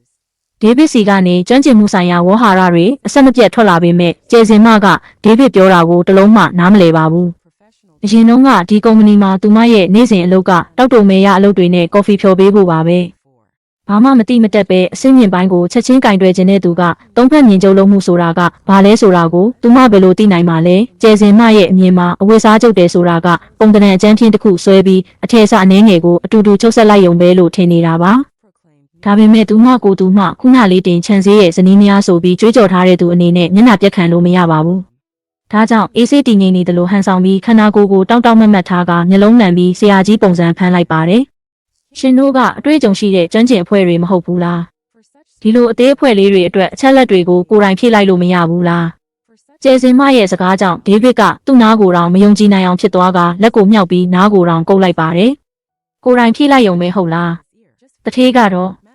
့ဒါကအစင်းမြင့် fashion design အတွက်ပါ1 mm လောက်မှားသွားရင်တော့ဝတ်စုံတစ်ခုလုံးပျက်စီးသွားနိုင်တယ်။ကျမကအမြင့်ဆုံးအဆင့် design ပုံစံကိုပေးထားပြီးပြီလေ။ design ပုံစံဆိုတာအဓိကပဲ။စက်တွေကိုကင်တွယ်ချုပ်လုပ်ဖို့ရှင်တို့လက်တွေကိုကျမကကင်ပြီးကိုယ်တိုင်လိုက်လုပ်ပြပေးရမှာလား။ဒေးဗစ်ကဒေါသထွက်လွန်းလို့အသက်ရှူမရတယ်လို့ဖြစ်သွားပြီးမျက်နှာကလည်းနီရဲလာခဲ့တယ်။ကောင်းပါပြီတထေးကတော့ပြောသလိုပဲလုပ်လိုက်ပါမယ်။ ဒေးဗစ်ခေါင်းငုံသွားတာကိုမြင်ပြီးကျယ်စင်မကလူတိုင်းကိုအာနာနဲ့ချင်းချောက်အနိုင်ယူနိုင်တယ်လို့ယုံကြည်သွားကချက်ချင်းကောင်းမော့ရင်ကောလိုက်ပါတယ်။နင်တို့ကောင်းကောင်းမလုပ်နိုင်ရင်အဖွဲ့တစ်ခုလုံးရဲ့စုချင်းငွေကိုဖျက်ပစ်မယ်။အဲ့ဒီလိုတတိပေးပြီးတာနဲ့လေးလံနဲ့မင်္ဂလာဝတ်စုံကိုမှာယူပြီးထွက်သွားပါတယ်။ဒေးဗစ်ကစပွဲပေါ်မှာစုပုံနေတဲ့စာရွက်အပိုင်းအစတွေကိုကြည့်ပြီးဒေါသတကြီးနဲ့ခဲရန်ကိုနှစ်ပိုင်းချိုးလိုက်ပါတယ်။အားလုံးဘာကြည့်နေကြတာလဲ။တထေးကတော့ပြောတာမကြားဘူးလား။အချက်လက်တွေကိုကြုံတယ်လို့ဖြည့်လိုက်ကြ။ငါကအင်ဂျီလက်တွေကိုနောက်ကျောဘက်မှာတောင်ချုပ်ပစ်နိုင်တယ်။တလခွဲနီးပါးအချိန်ကမတိမတာကုံလွန်သွားပြီးတည့်ရွက်တွေကြွေကြလာကလမ်းမဘေးကကော်ဖီဆိုင်တွေကိုဖုံးငန်းနေခဲ့တယ်။လေကလမ်းတောင်းကကော်ဖီဆိုင်ရဲ့ထီးတွေကြားကနေဖြတ်တိုက်လာပါတယ်။ကျမကဒုတိယထပ်သတင်းပေါက်ဘေးမှာထိုင်ပြီးတကြားမပါတဲ့အမေရိကာနိုတစ်ခွက်ကိုမှာလိုက်တယ်။ခုနှစ်နှစ်အတွင်းပထမဆုံးအကြိမ်အဲ့ဒါကိုမှာတောက်တာပါ။ဘာလို့လဲဆိုတော့ခြံစည်းကအရင်တုန်းကအေးတဲ့အရာတွေတောက်ရင်အစာအိမ်အတွက်မကောင်းဘူးလို့အမြဲတမ်းစိုးရိမ်တကြီးနဲ့တတိပေးခဲ့လို့ပါ။ဒါကြောင့်ကျမကအေးတဲ့အဖျော်ရမကာတွေကိုမကြိုက်ဘူးဆိုပြီးကိုလိန်ပြောခဲ့တယ်။ခြံစည်းကြိုက်တဲ့ပုံစံအတိုင်းနေနိုင်ဖို့ကျမကြိုက်နှစ်သက်တဲ့အစားအသောက်နဲ့နေထိုင်မှုပုံစံတစ်ခုလုံးကိုပြောင်းလဲပစ်ခဲ့တယ်။တခါလေးပဲရတဲ့တူတောင်းနဲ့ကျမရဲ့ကိုယ်ပိုင်ဘဝကိုတခြားလူအတွက်ရှင်သန်နေမိခဲ့တာအချိန်တွေအရန်နှမျောဖို့ကောင်းတာပဲ။အခုကစားပြီးကျမရဲ့စစ်မှန်တဲ့ပုံစံအတိုင်းနေထိုင်သွားမယ်။အေးတောက်ပြီးနောက်ကျမကစတူဒီယိုစီပြန်လျှောက်သွားခဲ့တယ်။လီဆာကအနီရောင်အောက်ခံပါတဲ့တောက်ဖက်နှက်ကိုဝတ်ထားပြီးကျမကိုစောင့်နေပါတယ်။သူ့လက်ထဲမှာမီလန်ကနေလေချောင်းနဲ့အခုလေးတင်ရောက်လာတဲ့အရေးသွေးမြင့်ထဲတချို့ကိုကင်ထားပါတယ်။အားလုံးကအရေးသွေးမြင့်ဆုံးပိုးချက်ကက်အထည်တွေပါ။ဒီထည်တွေကိုကြည့်ပါဦး။အလုတ်ယုံကနေတညာသေးနဲ့အပီးလုပ်ပေးထားတာ။အထည်သားကချောမွေပြီးအထည်အလိပ်ပုံစံကလည်းအရန်လက်ရမြောက်တယ်။ထိတ်တန်းဖက်ရှင်ပြပွဲရဲ့နောက်ဆုံးဝတ်စုံအတွက်အရန်တင်တော်တယ်။အဲ့ဒီနောက်ဆုံးဒီဇိုင်းလက်ရအတွက်တော့ဒီမီကိုရောင်ထည်ကိုသုံးကြရအောင်။နင်းပင်အသေးစိတ်တွေကိုမြင်နိုင်တဲ့အမြင်ကအရင်ကလိုထက်မြက်နေတော့မယ်။ဒီဇိုင်းပုံစံရေးဆွဲသူတွေနဲ့အတွေ့အကြုံဝါရင်အချုပ်ဆရာကြီးတချို့ကအလုပ်စပွဲပတ်လည်မှာစုဝေးလာပြီးကျမရဲ့ဒီဇိုင်းမူကျန်းတွေကိုတေးသေးချာချာလေ့လာနေကြပါတယ်။သူတို့ရဲ့မျက်လုံးတွေထဲမှာကျမကိုကြည့်တဲ့အခါလေးစားအားကျမှုတွေနဲ့ပြည့်နေတယ်။ကျမကိုအရင်ကဘသူဇနီးဖြစ်ခဲ့တယ်ဆိုတာကိုဘသူမှဂရုမစိုက်ကြပါဘူး။ပတ်စံသုံးဖို့ပဲတည်တဲ့အသုံးမကျတဲ့မိန်းမတယောက်လိုလည်းဘသူမှမမြင်ကြပါဘူး။ကျမ်းပြင်ကနေမျက်နှာကျက်အထိမျက်နှာပတင်းပေါက်ပေးမှထူတဲ့လက်လုတ်ကော်စောတစ်ချက်ခင်းထားပါတယ်။အန်ကအဲ့ဒီပုံမှာလှည့်ပြီးကစားနေပါတယ်။ဒီနှစ်ပတ်အတွင်းသမီးလေးအန်ကတိတိတတ်တာကိုလေးချိန်တက်လာခဲ့တယ်။ပါဖောင်းဖောင်းလေးတွေကလည်းညဉ့်ညမ်းကျန်းမာပြီးသမီးလေးကအရန်တက်ကြွနေပါတယ်။ပြီးတော့မကြသေးခင်ကရိုးရှင်းတဲ့ပြင်သစ်စကားလေးတချို့ကိုတင်ယူထားပြီးနေတိုင်းအလုပ်ရုံကနိုင်ငံသားတွေကိုပျော်ပျော်ရွှင်ရွှင်စကားပြောနေပါတယ်။မေမေအခုကစပြီးသမီးတို့ဒီမှာပဲနေကြမှာမဟုတ်လား။ဟုတ်တယ်။အမေတို့အခုကစပြီးဒီမှာပဲနေကြမယ်။အရန်ကောင်းတာပဲ။ကျမကတိုးတိုးလေးရီလိုက်ပြီးပြန်လှည့်ကအတိုင်းဓာတွေကိုဆက်လက်စစ်ဆေးနေလိုက်တယ်။ဘဝကတည်ငြိမ်အေးချမ်းစွာရှေ့ဆက်လျှောက်သွားနေပြီးအရင်ကအသက်ရှူမဝလောက်အောင်ဖိစီးခဲ့တဲ့လေထုရဲ့အရေးအယောင်တော်မရှိတော့ပါဘူး။တစ်ဖက်မှာတော့ခြံစည်းတို့ကုမ္ပဏီအဖွဲ့ရဲ့ရုံးချုပ်မှာတော့ကောင်းကင်ရန်ကလေးလံမိုင်းလို့နေပါတယ်။အပေါ်ဆုံးထက်ကမြင်ကွင်းကျယ်အစည်းအဝေးခန်းမှာလူတွေအပြည့်ရှိနေကြပေမဲ့လေထုကစိတ်ဖိစီးလုံးလို့အသက်ရှူရခတ်နေကြပါတယ်။ဒီနေ့ကနှစ်ပတ်လည်ဖက်ရှင်ပြပွဲအတွက်နမူနာဝတ်စုံတွေကိုအတွင်းပိုင်းစစ်ဆေးရမယ့်နေ့ဖြစ်ပြီးအဲ့ဒီရလက်ကစတော့ရှယ်ယာဆွမ်းဆောင်ရည်ကိုဆုံးဖြတ်ပေးမှာဖြစ်ပါတယ်။ခြံစည်းကမမာနအပြည့်နဲ့ကိုကျေနပ်နေတဲ့ပုံစံနဲ့ရှေ့ကနေဝင်လာပါတယ်။သူနဲ့ကျယ်စင်မတို့ကမော်တိုင်းမှာဟန်နီမွန်းထွက်ပြီးအခုလေးတင်ပြန်လာတာပါ။ကျယ်စင်မကသူ့နောက်ကနေကပ်ပြီးလိုက်ပါလာကသူမရဲ့မျက်နှာမှာတော့ကုမ္ပဏီရဲ့တထေးကတော့ဆိုတဲ့အထက်စီးဆန်မှုတွေကိုအပြည့်အဝဖော်ပြနေပါတယ်။ကျယ်စင်မကမိချောင်းတရေနဲ့ပြုတ်လုထားတဲ့ဟာမတ်အိတ်ကိုကြွားဝါမှုအပြည့်နဲ့စပွဲပေါ်ပစ်တင်လိုက်ပါတယ်။သူဝစ်ဆင်ထားတဲ့ဒေါ်လာတန်းချီတန်းအစင်တန်စာတွေကိုတခြားသူတွေသတိမထားမိကြမှာစိုးလို့အသေးအတန်မြင်သာအောင်ဖော်ပြနေပါတယ်။ဒီဇိုင်းပုံစံရေးဆွဲသူအဖွဲ့ရှိမှရက်နေတဲ့ကျယ်စင်မကအလွန်တရာမျက်စိနှောက်စရာကောင်းနေပါတယ်။ကြီးကြပ်ရေးမှုကအဖွဲ့ကိုဥဆောင်လာပြီးအားလုံးကခေါင်းငုံထားကြကသူတို့အားလုံးကြောက်လန့်နေကြပြီးလွန်ခဲ့တဲ့ရက်တွေကလေးကမျက်နှာတွေဖြူဖြောနေကြပါတယ်။ဒီရက်ပိုင်းမှာသူတို့ဟာအထက်လူကြီးဘက်ကနေညှဉ်းပန်းနှိပ်စက်ခံရပြီးဖိအားပေးခံနေရတယ်လို့ခံစားနေရပါတယ်။ကျယ်စင်မကဒီဇိုင်းတွေကိုအမြဲတမ်းဝင်ရှုံနေပြီးသူပြောတာကိုကန့်ကွက်ရင်အဲ့ဒီကန့်ကွက်တဲ့လူကိုအပိုးစုချင်းငွေဖြတ်မယ်လို့ချင်းချောက်နေလို့ပါ။နောက်ဆုံးမှာတော့သူတို့လိုလက်အောက်ဝန်ထမ်းတွေကဘာမှမတက်နိုင်တော့ပဲဖိအားပေးသမျှကိုအန်ကျိတ်ခံကသူမှပြောသမျှကိုမျက်စိစုံမှိတ်ပြီးလိုက်လုံနေရပါတယ်။အချိန်ကလည်းကုန်ခါနီးနေပြီ။အခုနမူနာဝတ်စုံတွေကိုစစ်ဆေးကြရအောင်။ငါရဲ့ကျယ်စင်မလေးအခုတလောမင်းရန်စူးစမ်းထားတာအခုမင်းရဲ့ရလက်တွေကိုအားလုံးမြင်အောင်ပြရမယ့်အချိန်ရောက်ပြီတထေးကတော်ကိုယ်တိုင်ဥဆောင်ထားတဲ့အတွက်ဒီဖက်ရှင်ပြပွဲကတေချာပေါက်အောင်မြင်မှာပါ ဒီတစ်ခါကုမ္ပဏီရဲ့ fashion အမြင်ကနောက်ထပ်အဆင့်ကိုတက်ရောက်သွားမှသိကြတယ်ကျမကိုအဲ့ဒီလောက်ကြီးမချီးကျူးပါနဲ့နည်းနည်းလောက်လေးပဲကိုယ်တိုင်စိတ်ကူးနဲ့ပြင်ဆင်ထားတာပါဒါကလည်းမွေးရပါအရေးချင်းလေးနည်းနည်းရှိလို့ပါပဲဒေါင်းတနေရာမှာရှိနေတဲ့ဒေးဗစ်ကတော့ကျယ်စင်မရဲ့အရေးချင်းကိုသိနေတာကြောင့်မျက်လုံးကိုလှန်လိုက်ပြီးအယမ်းစိတ်ပြက်နေပါတယ်အစည်းအဝေးခန်းကအကြတန်တောင်ကြားရလောက်အောင်တိတ်ဆိတ်နေပါတယ်ဒီဒီဇိုင်းလုံးဝကြည့်မကောင်းဘူးလုံးဝအဆင်မပြေဘူးဘာတွေဖြစ်နေတာလဲမူလကပေါ်ပါပြီးလေထဲမှာလွင့်မျောနေသလိုနူးညံ့တဲ့ပိုးကဝင်ဖြစ်ရမယ်အဲ့ဒီဝစ်စုံကတင်းတင်းကြက်ကြက်ကြီးနဲ့လေးလံပြီးပန်းရောင်လိုက်ကကြီးတစ်ထည်လိုဖြစ်သွားတယ်မော်ဒယ်ကခြေလန်းနှစ်လန်းလောက်ရှောက်လာလိုက်တာနဲ့အထေသားချင်းပုတ်တိုက်တဲ့ဆူရှာတန်ကအခန်းတစ်ခုလုံးကိုပြေသွားပါတယ်ကျယ်စင်မကပိုးတယ်တွေဟာမပြက်စီးအောင်ထိမ့်သိမ်းရခတ်တယ်လို့ထင်တာကြောင့်အားလုံးကိုတောင့်တင်းပြီးဈေးပေါ်တဲ့ပိုးတယ်တွေနဲ့အစားထိုးလိုက်တာပါခါးနေရကနူးညံ့သိမ်မွေးတဲ့အပေါက်ဖောက်ဒီဇိုင်းကတော့လုံးဝပျက်စီးသွားတဲ့နေရာတစ်ခုလိုပေါက်ကြီးဖြစ်သွားပါတယ်ပုံစံချုပ်ဖို့လိုအပ်တဲ့အချက်လက်တွေမရှိတာကြောင့်ကိုခန္ဓာအကွေးအဝိုက်ကိုပေါ်လွင်စေဖို့ရည်ရွယ်ထားတဲ့နေရာကအသားထဲထိစူးဝင်နေတဲ့ကျိုးတစ်ချောင်းလိုဖြစ်သွားခဲ့တယ်အရင်ကတည်းကပိန်လုံးနဲ့မော်ရယ်ရဲ့ခါမှာလမ်းလျှောက်တိုင်းထူးဆန်းတဲ့အထည်ခောက်တွေပေါ်လာအောင်အတင်းချုပ်ထားပါတယ်။အနားဆုံးပတ်လေကကျန်းတဲ့အစွန်းဖျားတွေကကျန်းတိုက်တဲ့တစ်ချောင်းလိုမြေပြင်ကိုတရွတ်တိုက်ဆွဲတိုက်နေပါတယ်။ပိုဆိုးတာကတော့လေပင်ပတ်လေကိုတော့တောက်ပလုံးပြီးဈေးပေါ်တဲ့အလှဆင်ကြောက်တွေကိုစက်ဝိုင်းပုံစံနဲ့တက်ဆင်ထားတာပါပဲ။ခြံစည်းရဲ့မျက်နှာကတော့ချီးပိန်နေတယ်လို့ဖြစ်သွားကထိုင်ကုန်ပေါ်မှာတောင့်တောင့်ကြီးထိုင်နေပြီးဒေါသထွက်လွန်းလို့သူ့လက်ချောင်းတွေတောင်တုံလာပါတယ်။မော်ဒယ်ကစပွဲစီလျှောက်လာပြီးကိုဟန်အနေထားတစ်ခုနဲ့ရက်လိုက်ပါတယ်။အဲ့ဒီအချိန်မှာအထည်ပြဲတံထွက်ပေါ်လာပြီးဘေးဘက်ကချုပ်ရိုးကပွန့်ထွက်သွားကအောက်ဘက်မှာရှိတဲ့ကျန်းတဲ့အတွင်းခံပိုင်းအစာကြီးကိုလည်းမြင်လိုက်ရပါတယ်။အဲ့ဒီမြင်ကွင်းကအလွန်ရှက်စရာကောင်းလွန်းနေပြီးဖက်ရှင်ပြပွဲနဲ့တောင်မတူပါဘူး။တောင်းစားဖို့ထွက်လာသလိုပါပဲဒေးဗစ်ကတော့ရင်ကျင်စိတ်ကိုမနှဲသီးခံထားကတိတ်တိတ်လေးခိုးရီနေလိုက်ပါတယ်။ဒီလိုစုပ်ပြတ်တက်နေတဲ့ဒီဇိုင်းမျိုးကိုကျွန်တော်ကိုပြနေတာလား။ကုမ္ပဏီကသူ့ဒေသနာနဲ့ဖွံ့ဖြိုးရေးအတွက်ငွေတန်းပေါင်းများစွာသုံးထားတာအခုတော့ဒီလိုအမိုက်ပုံစံဒီဇိုင်းမျိုးကိုထုတ်ပေးလာတာလားကျယ်စင်မကအမြဲတမ်းစိတ်ကူးရင်ကဘာထဲမှာပဲနေခဲ့ပါတယ်အဝတ်စားတစ်ထည်ကိုဘလို့ဖွဲ့စည်းချုပ်လုပ်ရမလဲဆိုတာကိုလုံးဝနားမလည်ပါဘူးပုံမှန်ဆိုခြံစည်းကသူ့ရဲ့အချစ်တော်ကျယ်စင်မကိုကြမ်းတမ်းတဲ့စကားတခွန်းတောင်မပြောခဲ့ဘူးပါဘူးခြံစည်းစိတ်မဆိုးပါနဲ့ကျမဆွဲထားတဲ့ဒီဇိုင်းပုံစံတွေကအရန်လာပါတယ်အလုပ်သမားတွေကပြင်းလို့တေးသေးချာချာမလုပ်ပေးကြတာပါတထေးကတော့ကျေးဇူးပြုပြီးအတိတရားလေးဝင်အောင်တထေးကတော့ကပုံကျမ်းမဲဆွဲထားပြီးဘလို့ထဲပိတ်စာမျိုးကိုသုံးရမလဲဆိုတာတော့မသက်မှတ်ပေးထားဘူးဒါကကျွန်တော်တို့အတက်နိုင်ဆုံးချုပ်ပေးထားတဲ့ရလဒ်ပဲဒါနင်းပေးလောက်တာပဲဖြစ်ရမယ်ကျမကရှင်နဲ့လက်ထပ်သွားတာကိုမနာလိုဖြစ်ပြီးကျမကတရားဝင်ဇနီးဖြစ်သွားတာကိုမကျေနပ်လို့လက်စားပြန်ချေတာပဲဖြစ်ရမယ်သူဘဲရစ်ကိုမထွက်သွားခင်ဒီဇိုင်းပုံစံစာရွက်တွေကိုတမင်တကာဖျက်ဆီးသွားတာဖြစ်ရမယ်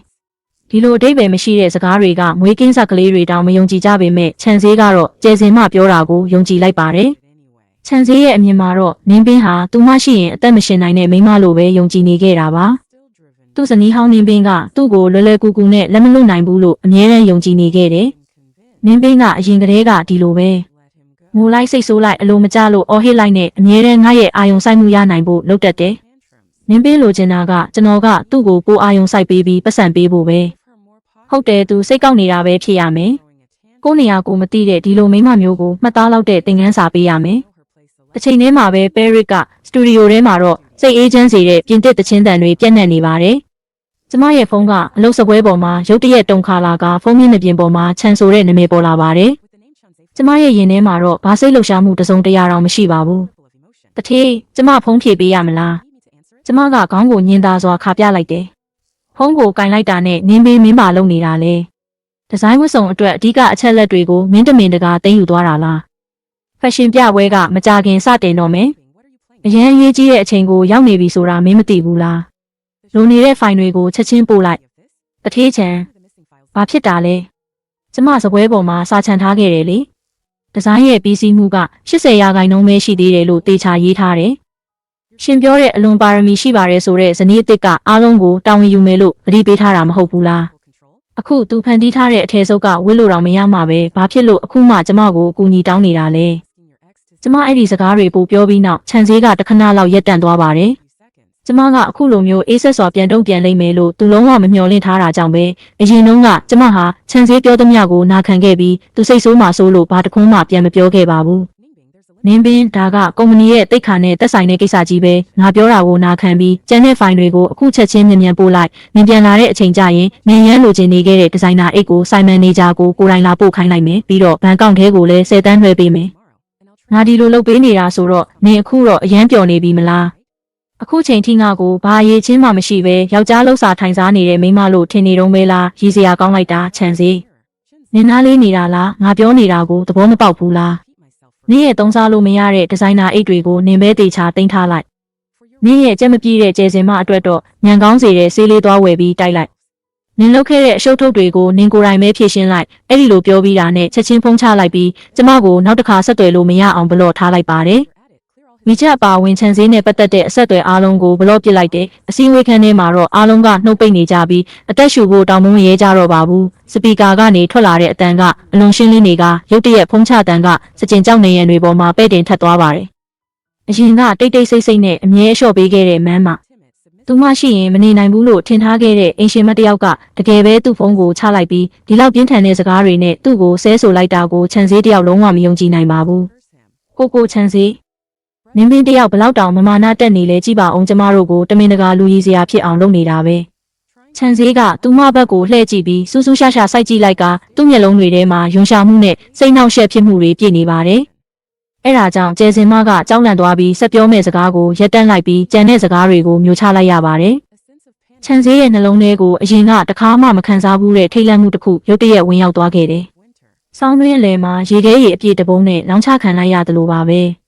ဲအရာအလုံးကသူ့မျောလင့်ထားသလိုလုံးဝမဖြစ်လာပါဘူး။သွားစစ်ဆေးလိုက်ပဲရစ်မှာသူဘာတွေလုပ်နေလဲဆိုတာအကုန်သိအောင်လို့သူ့ရဲ့ငွေလွှဲမှတ်တမ်းတွေအားလုံးကိုစစ်ကြည့်။သူကအတောင်ပေါက်ပြီးပြန်ထွက်သွားနိုင်ပြီးကိုယ့်ခြေထောက်ပေါ်ရက်တည်နိုင်နေဆိုတာငါလုံးဝမယုံဘူး။ပဲရစ်မှာအရာရာတိုင်းကအရန်စေးကြီးတယ်။သူကနှစ်ပေါင်းများစွာဘာလို့ကင်မှမရှိပဲချမ်းသာတဲ့အိမ်ရှင်မတယောက်လိုပဲနေခဲ့တာ။သူ့ရဲ့အကျွေးဝယ်ကတ်အားလုံးကိုချက်ချင်းပိတ်ပစ်လိုက်ဒါဆိုရင်သူပဲရစ်မှာ3ရက်တောင်ခံနိုင်မှာမဟုတ်ဘူး။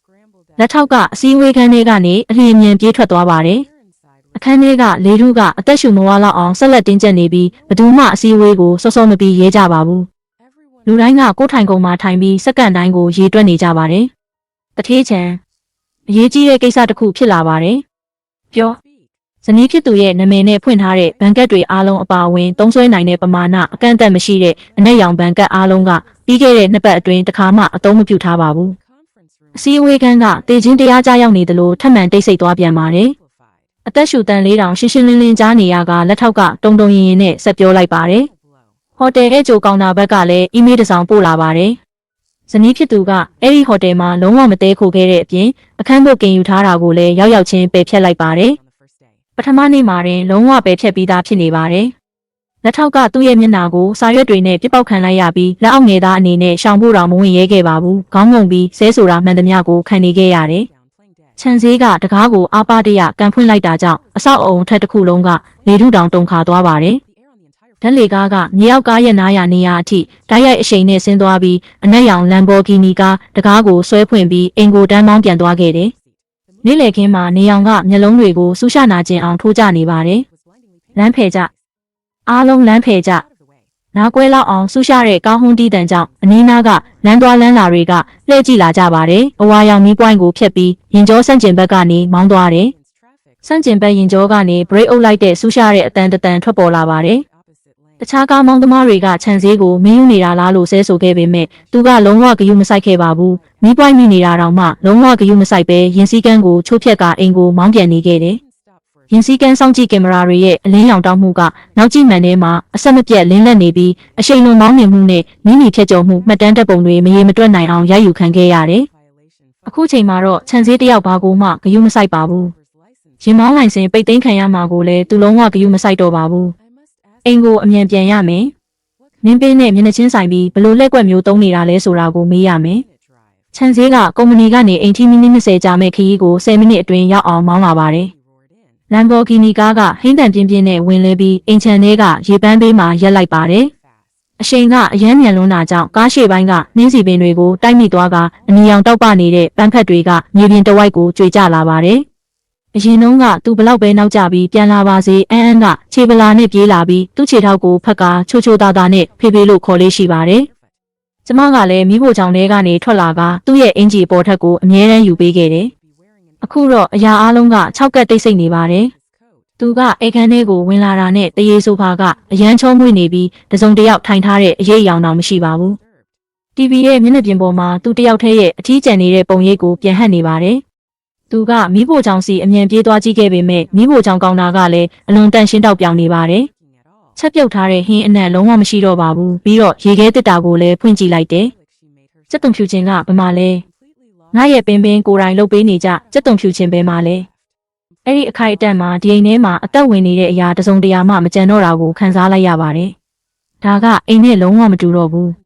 ပင်ကဒီနိုင်ငံကနေအပီးတိုင်ထွက်သွားတာပဲဘယ်တော့မှပြန်မလာဖို့ရည်ရွယ်ပြီးထွက်သွားခဲ့တာပဲပင်မင်းဒီတိုင်းထွက်သွားလို့မရဘူးငါ့ကိုဘာမှမပြောဘဲထွက်သွားတယ်ပေါ့သူကတန်းတန်းမတ်မတ်လမ်းလျှောက်ပြီးအဝတ်အစားနဲ့ပစ္စည်းတွေထည့်သိမ်းထားတဲ့အခန်းကျယ်ထဲဝင်သွားပါတယ်ဒီအခန်းကနင်းပင်းအရင်ကအဝင်ထွက်လို့ရတာအမုန်းဆုံးနေရာပါဘာလို့လဲဆိုတော့လက်ဆောင်ပစ္စည်းအားလုံးကတနာသလိုနဲ့ပေးထားတဲ့ပစ္စည်းတွေနဲ့လိမ်ညာမှုတွေနဲ့ပြည့်နေတဲ့နေရာဖြစ်နေတာကြောင့်ပါသူကလက်ဝတ်ရတနာထားတဲ့အခန်းကိုဖွင့်လိုက်တာနဲ့သူဝယ်ပေးခဲ့သမျှတောက်ပတဲ့လက်ဝတ်ရတနာတွေအားလုံးကအသက်အတိုင်းရှိနေကြပါတယ်။သူမကတခုတောင်မယူသွားပါဘူး။ဒါတွေအားလုံးကနင်းပေးလိုချင်ခဲ့တဲ့ပစ္စည်းတွေမဟုတ်ဘူးလား။အပြင်ဘက်ကပလတ်စတစ်အကာကိုတောင်မဖွင့်ထားဘူး။ပါကင်အတိုင်းပဲရှိနေသေးတယ်။သူမကိုချော့ဖို့အတွက်အကန့်အသတ်နဲ့ထုတ်လုပ်ထားတဲ့တန်ဖိုးကြီးပစ္စည်းတွေကိုဝယ်ပေးခဲ့တယ်။အဲ့ဒီဘေးကနောက်ဘက်နေရန်မှာတော့အယောင်နဲ့တရေမျိုးစားလိုက်တက်တက်ရက်ရက်စီထားတဲ့တန်ဖိုးကြီးအိတ်တွေရှိနေပါတယ်။သူမကအဲ့ဒီပစ္စည်းတွေကိုလည်းတခုမှကိုမထိထားပါဘူး။သူ့အကြည့်ကအဝတ်ဘီရိုရဲ့အတွင်းဆုံးနေရာစီရောက်သွားပြန်ပါတယ်။အဲ့ဒီနေရာကပင်းပိုင်တဲ့နေရာသေးသေးလေးပါ။သူမဝတ်နေကြအဝတ်စားဟောင်းတွေထားတဲ့နေရာချင်းလေးပါ။သူမကအဲ့ဒီအဝတ်စားဟောင်းအားလုံးကိုယူသွားတယ်။ဘာတစ်ခုမှမကြံခဲ့ပါဘူး။သူမထွက်သွားတာကအလွန်တန်ရှင်းပြီးပြတ်သားပါတယ်။ငါဝယ်ပေးခဲ့တဲ့ပစ္စည်းတွေငါနဲ့ပတ်သက်ခဲ့ဘူးတဲ့ပစ္စည်းတွေတစ်ခုမှကိုမထိခဲ့တယ်လို့ယူလဲမယူသွားခဲ့ဘူး။ခြံစည်းကဘေးကန်းကသမီးလေးအန်းရဲ့အခန်းထဲကိုပြေးဝင်သွားပါတယ်အခန်းလေးကိုပန်းရောင်တုပ်ထားပေးထားပြီးချစ်စရာကောင်းနေပေမဲ့6ကတ်တိတ်ဆိတ်မှုကိုမဖုံးကွယ်နိုင်ပါဘူး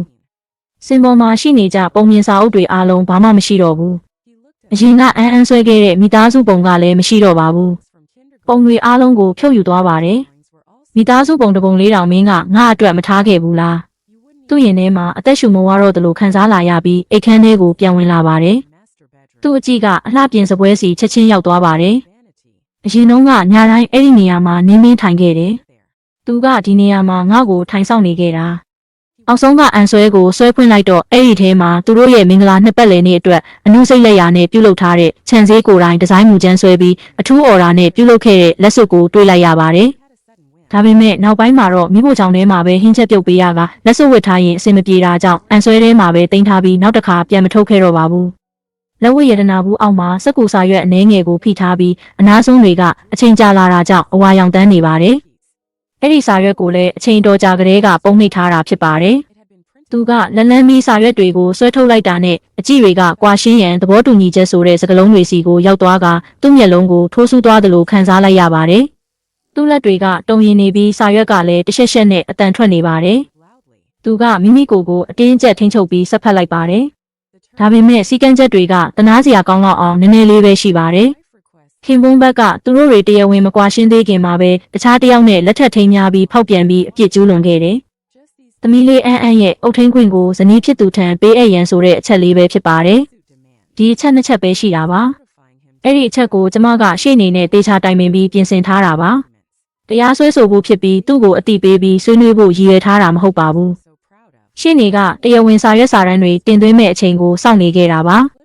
သူမကခြံစည်းရဲ့ပတ်စံတပြားတစ်ချက်ကိုမှမလိုချင်ပါဘူး။သူအရန်ကုန်ယူနေတဲ့ရှယ်ယာတွေကိုပိုလို့တောင်စိတ်မဝင်သားပါဘူး။သူမလိုချင်ခဲ့တာကသမီးလေးအန်းနဲ့အတူလွတ်လပ်မှုရဖို့ပါပဲ။သူကနောက်ဆုံးစာမျက်နှာကိုလှန်လိုက်ပါတယ်။အောက်နားကညာဘက်ထောက်မှာလက်မှတ်ထိုးရမယ့်နေရာမှာတော့ပိုင်နှင်းပင်းဆိုတဲ့နာမည်ကိုအားပြည့်နေရေးထားပါတယ်။စာလုံးတစ်ကြောင်းချင်းစီကစာရွက်ထဲအထိနက်နက်ရှိုင်းရှိုင်းထင်ကျန်နေပြီးလက်ရည်ကတဲတဲမက်မက်နဲ့တိုးဆုပ်နေခဲ့တဲ့အရေးအယောင်တောင်မရှိပါဘူး။အားလုံးကိုကြိုတင်စီစဉ်ထားခဲ့တာပါ။ဘယ်ရီကိုသွားခဲ့တာကလည်းသူနဲ့လုံးဝအဆက်ဖြတ်ပစ်နိုင်ဖို့အကြောင်းပြချက်တစ်ခုပဲဖြစ်နေပါတယ်။အခုတော့ခြံစည်းတစ်ယောက်လုံးဝကိုအယူတစ်ယောက်လိုဖြစ်နေပါပြီ။လူကြီးမင်းခေါ်ဆိုတော့ဖုန်းနံပါတ်မှာဆက်သွယ်ရေးမရနိုင်ပါ။တစ်ချိန်နှစ်ချိန်သုံးချိန်နိုင်ခေါ်ခဲ့တယ်။ဆက်သွယ်လို့မရတော့ဘူးလား။ထပ်ပြီးဆက်သွယ်လို့မရတော့ဘူး သူမကငါရဲ့ပတ်စံကိုလုံးဝမတုံးခဲ့တဲ့အပြင်လုံးဝမဆက်သွယ်နိုင်တော့အောင်အကုန်ပိတ်လိုက်တာပဲလေစိတ်မှာသူပြောခဲ့တဲ့နှုတ်ဆက်ပါတဲ့ခြံစည်းဒီဘဝမှာငါတို့တွေနောက်ထပ်ဘယ်တော့မှမတွေ့ဆုံကြပါစေနဲ့လို့ဆုတောင်းနေဆိုတဲ့စကားတွေကသူ့စိတ်ထဲမှာပြန်လဲပေါ်လာပါတယ်အဲ့ဒီတုန်းကသူမကစိတ်ဆိုးပြီးပြောလိုက်တာပဲနည်းနည်းလောက်ဝမ်းနည်းနေတယ်လို့ပဲထင်ခဲ့တာပါဒါပေမဲ့အခုတော့အဲ့ဒါကနောက်ဆုံးသတိပေးချက်တစ်ခုဖြစ်နေခဲ့မှန်းသိလိုက်ရပါတယ်ကုမ္ပဏီကပြိုလဲပျက်စီးကိန်းဆိုင်နေတဲ့အချိန်မှာကျဲစင်မကနာမည်ကြီးဒီဇိုင်နာအိတ်တွေအပြည့်နဲ့ဝင်လာပါတယ်အဲ့ဒီထဲမှာလိမ်မော်ရောင်ဟာမက်ဒီဇိုင်နာအိတ်တွေကအထင်ရှားဆုံးပါသူမကဒီနေ့တစ်နေ့လုံးဈေးဝယ်စင်တာထဲမှာခြံစည်းပေးထားတဲ့အကန့်အသတ်မဲ့ဘန်ကတ်ကိုတုံးပြီးစိုင်းဒီဇိုင်ပတ်စံသုံးဖြုံနေခဲ့တယ်ကျဲစင်မကဘာရည်ချင်းမှမရှိပဲပတ်စံဖြုံးတဲ့နေရာမှာတော့ဆရာတဆူပါပဲခြံစည်းရီကျမဝယ်လာတဲ့အိတ်လေးတွေဘလောက်လဲကြည့်ပါအောင်ခြံစည်းကတော့အခန်းဝင်ပေါက်နားမှာကြောင်ပိတ်ခံထားရတဲ့ရုံလေးလိုခိုကိုရမဲနေတဲ့ပုံစံဖြစ်နေပါတယ်ခြံစည်းဘာဖြစ်လို့ကျန်းပြင်ပေါ်မှာထိုင်နေတာလဲအဲ့ဒီဝတ်စုံဒီဇိုင်းကိစ္စအတွက်နဲ့ဒီလောက်ထိစိုးရိမ်ပူပန်နေစရာမလိုပါဘူးကျမနောက်ထပ်ကျွမ်းကျင်တဲ့ဒီဇိုင်နာတွေကိုရှာပြီးချက်ချင်းပြင်ခိုင်းလိုက်ပါမယ်အဲ့ဒီဒေးဗစ်ကသုံးစားလို့မရတဲ့ဒီဇိုင်နာတစ်ယောက်ပဲအရေးချင်းလည်းမပြည့်မီဘူးကျမမနေ့ပြန်ကုမ္ပဏီကိုတွားပြီးနောက်ထပ်ဒီဇိုင်းတစ်ကိုချက်ချင်းထပ်ဆွဲလိုက်မယ်ခြံစည်းကကျဲစင်မရဲ့မိတ်ကပ်တပိတ်တာနဲ့ပြည့်နေတဲ့မျက်နှာကိုကြည့်ပြီးအလှပမတ်ပြီးပါအရေးချင်းမှမရှိတဲ့သူဆိုတာကိုသိသွားပါတယ်ပြီးတော့ကျဲစင်မရဲ့လက်ကိုအားပြင်းပြင်းနဲ့တွန်းဖယ်လိုက်တယ်ပြင်မဲဟုတ်လားဘာနဲ့ပြင်ပါလဲဒါကအစင်းမြင့်ဖက်ရှင်ပြသပွဲကြီးပဲအခြေခံအကျဆုံးအချုပ်ပုံတောင်မသိဘဲနဲ့မင်းကပြင်မယ်လို့ပြောရဲသေးတယ်ကျဲစင်မကနာကျင်လွန်းလို့ငိုချလိုက်ပြီးကျန်းပြင်ပေါ်မှာကြုံကြုံလေးနေကမတက်ထရက်ဖို့တော့မဝင်ရဲတော့ပါဘူးကိုချမ်းရှင်မလောက်တာလေအဲ့ဒီအိုကြီးအိုမနင်းပင်အတွက်နဲ့ကျမကိုတောင်လက်ပါလာပြီလားနင်းပင်ကပဲရစ်ကိုထွက်သွားပြီးသူလှုပ်ခဲ့တဲ့အရှုပ်ထွေးတွေကိုငါအပေါ်ပုံချခဲ့တာငါနဲ့ဘာဆိုင်လို့လဲတိတ်ဆန်းကုမ္ပဏီရဲ့အနာဂတ်တစ်ခုလုံးကဒီရှိုးပွဲကြီးပေါ်မှာမူတည်နေတယ်နောက်ဆုံးပြသမဲ့နမူနာအဝတ်အစားကစစ်ဆေးမှုမအောင်မြင်ရင်ရင်းနှီးမြှုပ်နှံသူတွေကသူတို့ရဲ့ငွေကြေးထောက်ပံ့မှုတွေကိုပြန်ရုပ်သိမ်းသွားကြမှာဒီလိုသာဆိုရင်စာချုပ်ဖောက်ဖျက်မှုအတွက်ယွန်တန်း900တန်ကြေးပေးရလိမ့်မယ်အဲ့ဒီလောက်ငွေကိုမင်းပေးနိုင်လို့လားတန်း900ဆိုတဲ့ငွေပမာဏတွေကိုကြားလိုက်ရတာကြောင့်ကျဲစင်မတယောက်စက်သေးသေးသွားပြီးငိုဖို့တောင်မေ့သွားကဒေါသထွက်နေတဲ့ယောက်ျားကိုအလွန်အမင်းထိတ်လန့်စွာစိုက်ကြည့်နေပါတယ်ခြံစည်းရီဒါကျမပြစ်မဟုတ်ဘူးပင်းင်းကငါ့ကိုတမင်အကွက်ဆင်ထားတာပါခြံစည်းကသူ့မကိုလှုပ်လိုက်ပြီးယွန်ရှာစွာနဲ့အနီးနားမှာရှိတဲ့တ िश ူးကူးတွေကတ िश ူးတစ်ရွက်ကိုဆွဲထုတ်ကလက်တွေကိုတုပ်လိုက်ပါတယ်မင်းရဲ့ပစ္စည်းတွေထုတ်ပိုးပြီးအခုချက်ချင်းငါအိမ်ထဲကထွက်သွားမနှက်ဖြန်ရှိုးပွဲသာပျက်စီးသွားရင်မင်းလှုပ်ထားတဲ့အရှုပ်ထုတ်တွေအတွက်မင်းကိုယ်တိုင်တာဝန်ယူပြီးတေချာပေါက်ပြန်ပေးဆက်စေရမယ်ကျဲစင်မကကြောက်လန့်တကြားနဲ့အမြန်ထွက်ပြေးသွားပြီးတန်ဖိုးကြီးအိတ်တွေကိုတောင်ယူဖို့မစင်စားနိုင်တော့ပဲခြေတစ်ဖက်နဲ့ဖက်တစ်ဖက်တောင်မစီးရသေးတဲ့အတိုင်းတကားအပြင်ကိုပြေးထွက်သွားပါတယ်အဲ့ဒီနောက်ဗီလာအိမ်ကြီးကချက်ချင်းတိတ်ဆိတ်သွားခဲ့တယ်လွန်ခဲ့တဲ့6နှစ်တုန်းကလည်းအခုလိုမျိုးစောင်းနှောင်းပိုင်းအချိန်ဖြစ်ပါတယ်အဲ့ဒီတုန်းကကုမ္ပဏီစတင်တည်ထောင်တဲ့အချိန်မှာပဲဈေးကွက်ကျဆင်းမှုနဲ့ရင်ဆိုင်ခဲ့ရတယ်ကျမရဲ့လုပ်ဖော်ကိုင်ဘက်ကကုမ္ပဏီရဲ့ငွေတွေကိုယူပြီးထွက်ပြေးသွားတာကြောင့်အရင်းနှီးလေပတ်မှုကလုံးဝပြတ်တောက်သွားပါတယ်ကျမကမိသားစုပိုင်ရဲ့စာချုပ်စာတမ်းကိုရောင်းပြီးရရှိသမျှတပြားတစ်ချက်မကျန်ကုမ္ပဏီအကောင့်ထဲထည့်ပေးခဲ့တယ်ဝန်ထမ်းတွေရဲ့အခြေအနေကိုဖြည့်ရှင်းပေးပြီးကလေးကိုအမေးစီအပ်ထားကလေဝင်လေထွက်ဆိုတဲ့အငှားတိုက်ခန်းလေးထဲမှာကိုပိတ်ထားပြီးမနာမနေလှုပ်ခဲ့တယ်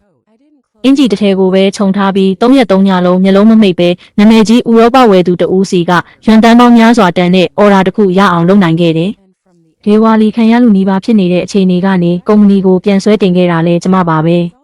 ဲသူ့ရဲ့အစားအသောက်အကြိုက်ကတမျိုးပြီးတမျိုးဖြစ်နေတာကိုလိုက်ရောပေးဖို့နေတိုင်းဟင်းအစ်စ်တွေချက်ပြုတ်လေးလာခဲ့တာလဲကျမပါပ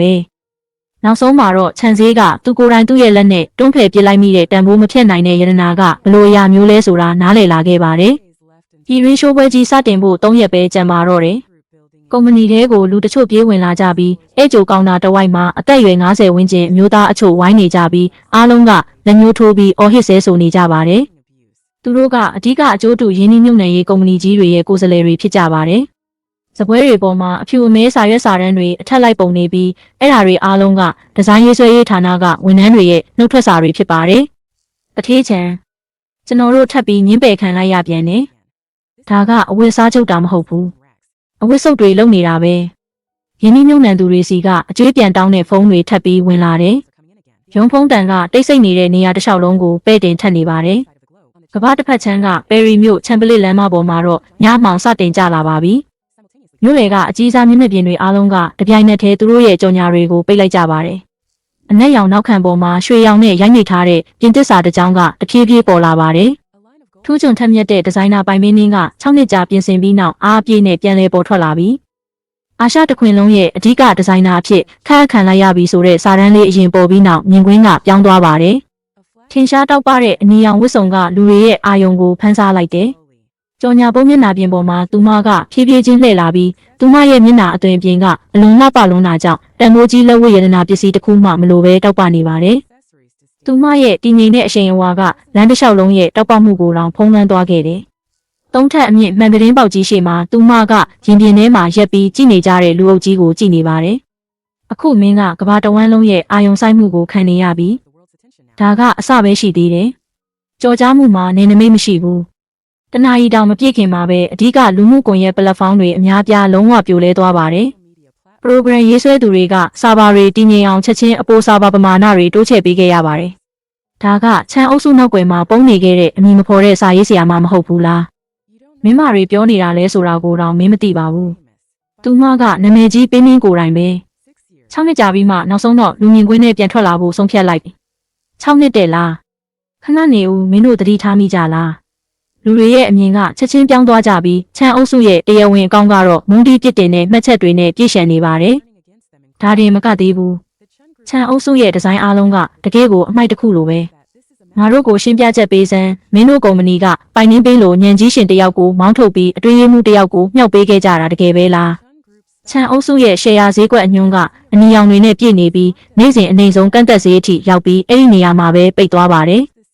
ဒီသတင်းကအလျင်အမြန်ပဲကုမ္ပဏီ CEO ရဲ့ရုံးခန်းထဲကိုရောက်သွားပါတယ်။လက်ထောက်ကတုံတုံရင်ရင်နဲ့တက်ပလက်ကိုကမ်းပေးလိုက်တယ်။ငါ့ကိုငွေ9 သန်းရတိုင်းအကိုလို့ခေါ်တတ်တဲ့မိန်းမ။နေတိုင်းမိဖို့ချောင်ထဲမှာချက်ပြုတ်ပေးနေတဲ့မိန်းမ။ဒါကဘလို့ဖြစ်နိုင်မှာလဲ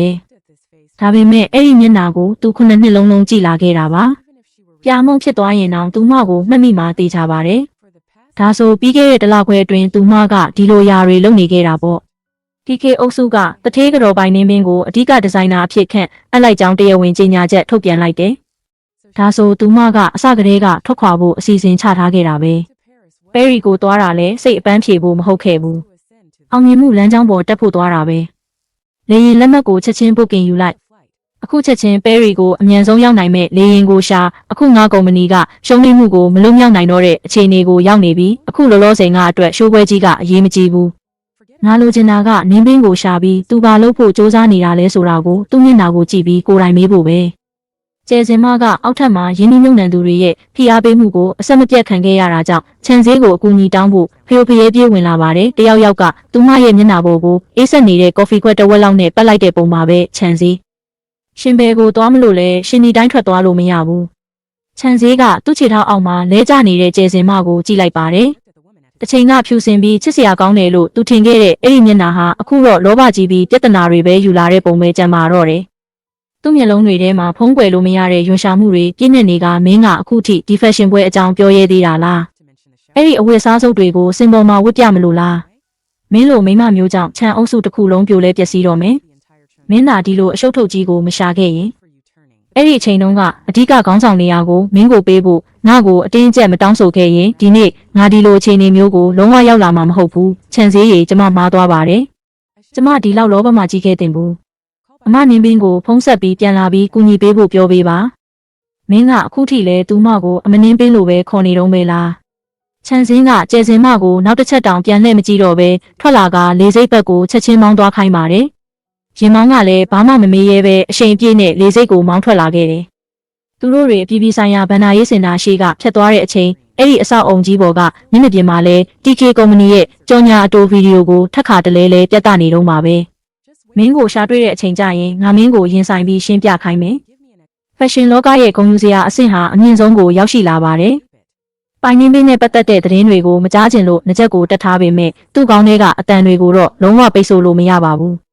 အိမ်မှာပဲနေတဲ့မိမတယောက်ကိုအသုံးစရိတ်နည်းနည်းလေးပေးလိုက်ရုံနဲ့အလွယ်တကူဖယ်ရှားလို့ရမယ်လို့အရင်ကငါထင်ခဲ့တာအခုတော့အဲ့ဒီလောက်ရက်ကအရန်ကိုကြီးစရာကောင်းနေတယ်လေရင်စတင်တက်ရောက်ခွင့်ပြုပါပြီသူကခြေထောက်တွေလေးလံနေသလိုလေရင်ပေါ်တက်တဲ့လမ်းကြောင်းလေးကိုတရွရွဝင်သွားပါတယ်နာရီပေါင်းများစွာကြာတဲ့လေရင်ခရီးစဉ်တစ်လျှောက်စက္ကန့်တိုင်းကသူ့အတွက်ညှဉ်းပန်းနှိမ့်ဆက်မှုတစ်ခုလိုဖြစ်နေခဲ့တယ် နောက်ဆုံးတော့လေရင်ဟာပဲရစ်မြို့ကိုရောက်လာခဲ့တယ်ပဲရစ်ဆိုတာကကမ္ဘာပေါ်ကအမြင့်ဆုံးအဆင့်ဖက်ရှင်နဲ့အလှပကိုပြသတဲ့စင်မြင့်တစ်ခုပါပဲရှေ့ဆုံးတန်းမှာဖက်ရှင်လောကရဲ့နာမည်ကြီးပုဂ္ဂိုလ်တွေနဲ့ပြည့်နေပြီးခန်းမတစ်ခုလုံးဟာအရန်တိတ်ဆိတ်နေပါတယ်လူတိုင်းကပိုင်နှင်းပင်းရဲ့ပြန်လည်မွေးဖွားခြင်းဆိုတဲ့နောက်ဆုံးပြသမဲ့ဒီဇိုင်းကိုစောင့်မျှော်နေကြပါတယ်နောက်ဆုံးအထူးပြသမှုစတင်ပါပြီးနူးညံ့တဲ့ခဲရောင်ပိုးသားနဲ့ချုပ်လုပ်ထားတဲ့ခေါင်းဝင်းတစ်ထည်ကစင်မြင့်ပေါ်မှာတောက်ပနေပါတယ်မော်ဒယ်ကလမ်းလျှောက်လာတဲ့အခါအနားဆုံးကရေလိုင်းလိုလှုပ်ရှားနေပြီးရှေ့ဆုံးတန်းကမင်းသမီးဟာနေကမျက်မှန်ကိုချွတ်လိုက်ပါတယ်ဝယ်ယူသူတွေကမှတ်စုစာအုပ်တွေကိုထုတ်ယူလိုက်ကြပြီးဖက်ရှင်လောကရဲ့ထိပ်တန်းပုဂ္ဂိုလ်တစ်ယောက်ကလည်းစိတ်ဝင်စားလိုက်ကြည့်နေခဲ့တယ်ပွဲပြီးမှလူတိုင်းမတည့်ရကြပြီးလက်ခုပ်ဩဘာပေးကချီးကျူးခဲ့ကြပါတယ်ကျမကတော့ထောင်းတနေရရဲ့အရေးထဲမှာရက်နေခဲ့တယ်အဲ့ဒီဝတ်စုံကိုကျမရဲ့နှလုံးသားနဲ့ဝိညာဉ်တစ်ခုလုံးကို3နှစ်တိုင်တိုင်ပေးဆက်ပြီးဖန်တီးခဲ့ရတာပါအရင်တုန်းကတော့သွေးနှင်းစီလို့နာမည်ပေးခဲ့ပေမဲ့အခုတော့ပြန်လည်မွေးဖွားခြင်းလို့ပြောင်းပေးလိုက်တယ်မင်းအကောင်းဆုံးလုပ်နိုင်ခဲ့ပြီအန်ကအဝတ်လဲခန်းတကားဝမှာရက်နေပြီးသူမကပန်းရောင်ကာဝင်လေးကိုဝတ်ထားပါတယ်မေဒီနေ့မေအရန်လာတယ်မေသမီးလေးအန်လည်းအရန်လာပါတယ်သမီးလေးကြောက်နေလားမေရှိနေတာမို့မကြောက်ပါဘူးကျမကအန်ရဲ့လက်ကိုကင်လိုက်ပြီးတော့နောက်ွယ်ကနေစတိတ်စင်ရဲ့အလဲဘဟုဘက်ကို2ယောက်အတူတူရှောက်ဝင်လာခဲ့ပါတယ်ဒါဟာကျမရဲ့စူးစမ်းမှုအတွက်ဂုဏ်ယူဝင်ကြွားရမယ့်အချိန်ပါပဲစီးနှဲနဲ့မိခိုးတွေပြည့်နေတဲ့အဲ့ဒီမိခိုးချောင်းထဲမှာကျမ6နှစ်ကြာပိတ်မိနေခဲ့တယ်နောက်ဆုံးမှာဒီနေရာကိုပြန်ရောက်လာပါပြီအားလုံးကကျမရဲ့စူးစမ်းအားထုတ်မှုကိုစိတ်ရင်းနဲ့အတိအမှတ်ပြုပေးကြပါတယ်အဲ့ဒီအချိန်မှာခြံစည်းကလုံခြုံရေးဝန်ထမ်း2ယောက်ကိုတွန်းဖယ်လိုက်ပြီးအတင်းပြေးဝင်လာပါတယ်သူ့ရဲ့ပုံစံကအရန်တနာစရာကောင်းနေပြီးသူဝတ်ထားတဲ့လက်ချုပ်အင်ဂျီကလည်းအပိုင်းပိုင်းဆုပ်ပြဲနေပါပြီသူကရှေ့ကိုအပြေးလွှားတိုးလာတာကြောင့်လုံခြုံရေးဝန်ထမ်းတွေဘက်ကအချိန်မီမတားနိုင်လိုက်ပါဘူးသူကစင်နာကိုမြ мян ဆန်ဆန်ပြေးတက်လာပြီးကျမနဲ့3မီတာတောင်မဝေးတော့တဲ့စင်စွန်းအထိအပြေးလွှားရောက်လာပါတယ်ပိုင်နှင်းပင်းလို့အော်ခေါ်လိုက်တဲ့သူ့အတန်ကိုဒီလိုခန်းထားတဲ့ပြပွဲထဲမှာဆူးရှာကျန်းတန်းစွာကြားနေရပါတယ်ခြံစည်းကဖမ်းချုပ်ခံလိုက်ရပေမဲ့အခုထိအသေးအတန်ရုန်းကန်နေတော့မှာပဲသူ့မျက်နှာကအေးဆက်တဲ့စကြင်ကြောက်ကြမ်းပြင်းနဲ့ဖိကက်နေပြီးအလွန်မင်းရည်စရာကောင်းတဲ့ပုံဖြစ်နေပါတယ်ပင်းရေမင်းကိုဒီလိုလုပ်လို့မရဘူးသူကလက်တစ်ဖက်ကိုလွတ်အောင်လုပ်ပြီးအတွင်းအိတ်ကက်ထဲကစာရွက်တစ်ရွက်ကိုဆွဲထုတ်လိုက်ပါတယ်အဲ့ဒါကအကျန်းပြင်းခောက်ထားတဲ့တရားဝင်အတိပေးစာတစ်စောင်ပါသူကအဲ့ဒီစာရွက်ကိုလေထဲမှာအသေးအတန်ဝှေ့ရမ်းလိုက်ပါတယ်မင်းငါရဲ့ပတ်စံကိုတုံးပြီးပဲရစ်မှာစိတ်အပန်းဖြေဖို့လာတာလို့စင်ကြေပေးပြီးတော့ငါကုမ္ပဏီရဲ့အဓိကဒီဇိုင်းတွေကို TK ကုမ္ပဏီစီပြန်ရောင်းလိုက်တာပဲငါမင်းကိုတရားစွဲပစ်မယ်မင်းဘဝကိုဖျက်ဆီးပစ်မယ်ကင်မရာအားလုံးကတပြိုင်နက်တည်းခြံစည်းဘက်ကိုလှည့်လာကြပြီးကျမ်းပြင်ပေါ်မှာရှိနေတဲ့ခြံစည်းကိုပဲချိန်ရွေထားပါတယ်သမီးလေးအန်ကကြောက်လန့်နေပြီးကျမနောက်မှာပုံနေလိုက်ပါတယ်ကျမကသူမရဲ့ကြောကိုညင်သာစွာပုတ်ပေးပြီးနှစ်သိမ့်ပေးလိုက်တယ်ကျမကစင်အောက်မှာရှိတဲ့လက်ထောက်အေမီကိုအချက်ပြလိုက်တာနဲ့အေမီကချက်ချင်းပဲစင်ပေါ်ကိုအမြန်တက်လာပါတယ်သမီးလေးကသူ့ဖေခြံစည်းကိုမုန်းတယ်လို့ပြောလိုက်ပါတယ်သမီးလေးရဲ့အတန်ကပျော့ပြောင်းပေမဲ့အဲ့ဒီစကားကိုခြံစည်းရဲ့နားနဲ့ကိုယ်တိုင်ရှင်းရှင်းလင်းလင်းကြားလိုက်ရပါတယ်ကျမကစင်ရဲ့အလဲကိုရှောက်သွားကဝန်ထမ်းတစ်ယောက်စီကမိုက်ခရိုဖုန်းကိုယူလိုက်ပါတယ်တထေးချံအစားအသောက်တိုင်းကိုရှင်ကြိုက်တဲ့လောက်စားနိုင်ပေမဲ့စကားကိုတော့ပြောချင်တိုင်းပြောလို့မရဘူးစင်နောက်ွယ်ကဒရိုက်တာရေးကျေးဇူးပြု၍တေဂီတာကိုချက်ချင်းရက်ပေးပါပြီးရင်နိုင်ငံပေါင်းစုံပိုင်းစာရွက်စာတမ်းစစ်ဆေးရေးစနစ်ကိုပြောင်းလိုက်ပါမူပိုင်ခွင့်လက်မှတ်တွေကိုစကန်ဖတ်ထားတဲ့မိတ္တူတွေကိုပြပါ2023ခုနှစ်နိုဝင်ဘာလ15ရက်အားလုံးတေချာကြည့်ကြပါဒီပြန်လည်မွေးဖွားခြင်းဆိုတဲ့ဒီဇိုင်းနဲ့ပတ်သက်တဲ့မူပိုင်ခွင့်အားလုံးကိုကျမပိုင်နှင်းပင်းဆိုတဲ့နာမည်နဲ့ပဲမှတ်ပုံတင်ထားပါတယ်ကျမကကျမ်းပြင်ပေါ်မှာရှိတဲ့ခြံစည်းကိုငုံကြည့်လိုက်တယ်ဒီမူပိုင်ခွင့်သက်သေကခြံစည်းရဲ့ကျမဘဝကိုဖျက်ဆီးပစ်မဲ့အစီအစဉ်ကိုဖျက်ဆီးပစ်လိုက်တဲ့နောက်ဆုံးထိုးနှက်ချက်ပါပဲလွန်ခဲ့တဲ့3နှစ်ကတည်းကဒီဇိုင်းမူချမ်းတွေနဲ့အဓိကမူပိုင်ခွင့်တွေကိုခွဲခြားထားဖို့ကျမကြိုတင်ပြင်ဆင်ထားပြီးသားပါမူပိုင်ခွင့်ကိုလည်းအမြဲတမ်းကျမကိုယ်တိုင်ပဲတင်းတင်းကြပ်ကြပ်ထိန်းသိမ်းထားခဲ့တဲ့ခြံစည်းကသူ့အသေးအတန်စူးစမ်းတည်ဆောက်ခဲ့တဲ့ကုမ္ပဏီဟာကျမမရှိတော့ရင်အခွန်တက်တက်ပဲကျန်တော့မှာပါအဲ့ဒီအချိန်တုန်းကကျမနဲ့ခြံစည်းတို့လက်ထပ်ထားတာကြောင့်ခြံအုပ်စုကိုကျမရဲ့ဒီဇိုင်းတွေကိုစီးပွားရေးအရာအသုံးပြုခွင့်ခန့်မဲ့ပေးခဲ့တယ်ဒါပေမဲ့အခုတော့ကျမတို့ကွာရှင်းထားပြီးသားဖြစ်တယ်လို့ကျမရဲ့စူးစမ်းအားထုတ်မှုကိုအတိအမှတ်မပြုကြတဲ့အတွက်အသုံးပြုခွင့်ကိုကျမဘက်ကတစ်ဖက်သက်တရားဝင်ရပ်ဆိုင်းဖို့ဆုံးဖြတ်လိုက်တယ်လုပ်ငန်းစဉ်တစ်ခုလုံးကလည်းဥပဒေနဲ့အညီအပြည့်အဝဆောင်ရွက်ထားပြီးသားပါကျမပြောပြီးတာနဲ့ပရိသတ်တွေစီကအံ့အားသင့်တန်တွေထွက်ပေါ်လာပြီးပြင်းထန်တဲ့တီတိုပြောဆိုတန်တွေတလိုင်းပြီးတလိုင်းထွက်ပေါ်လာပါတယ်ကျမဒီနေရာမှာရက်တန့်ဖို့ရည်ရွယ်ချက်မရှိပါဘူးစပွဲကိုလှန်ပြီးပြီဆိုမှတော့အားလုံးကိုအဆအဆုံးပြိုကွဲအောင်ဆက်လုပ်လိုက်တာပဲကောင်းပါတယ်ဒီဓာတ်ပုံကကျမနဲ့ခြံစည်းတို့တရားဝင်မကွာရှင်းသေးခင်ကတည်းကခြံစည်းနဲ့ကျယ်စင်မတို့မင်္ဂလာဆောင်ပြီးလက်ထပ်ခဲ့ကြတဲ့ပုံပါ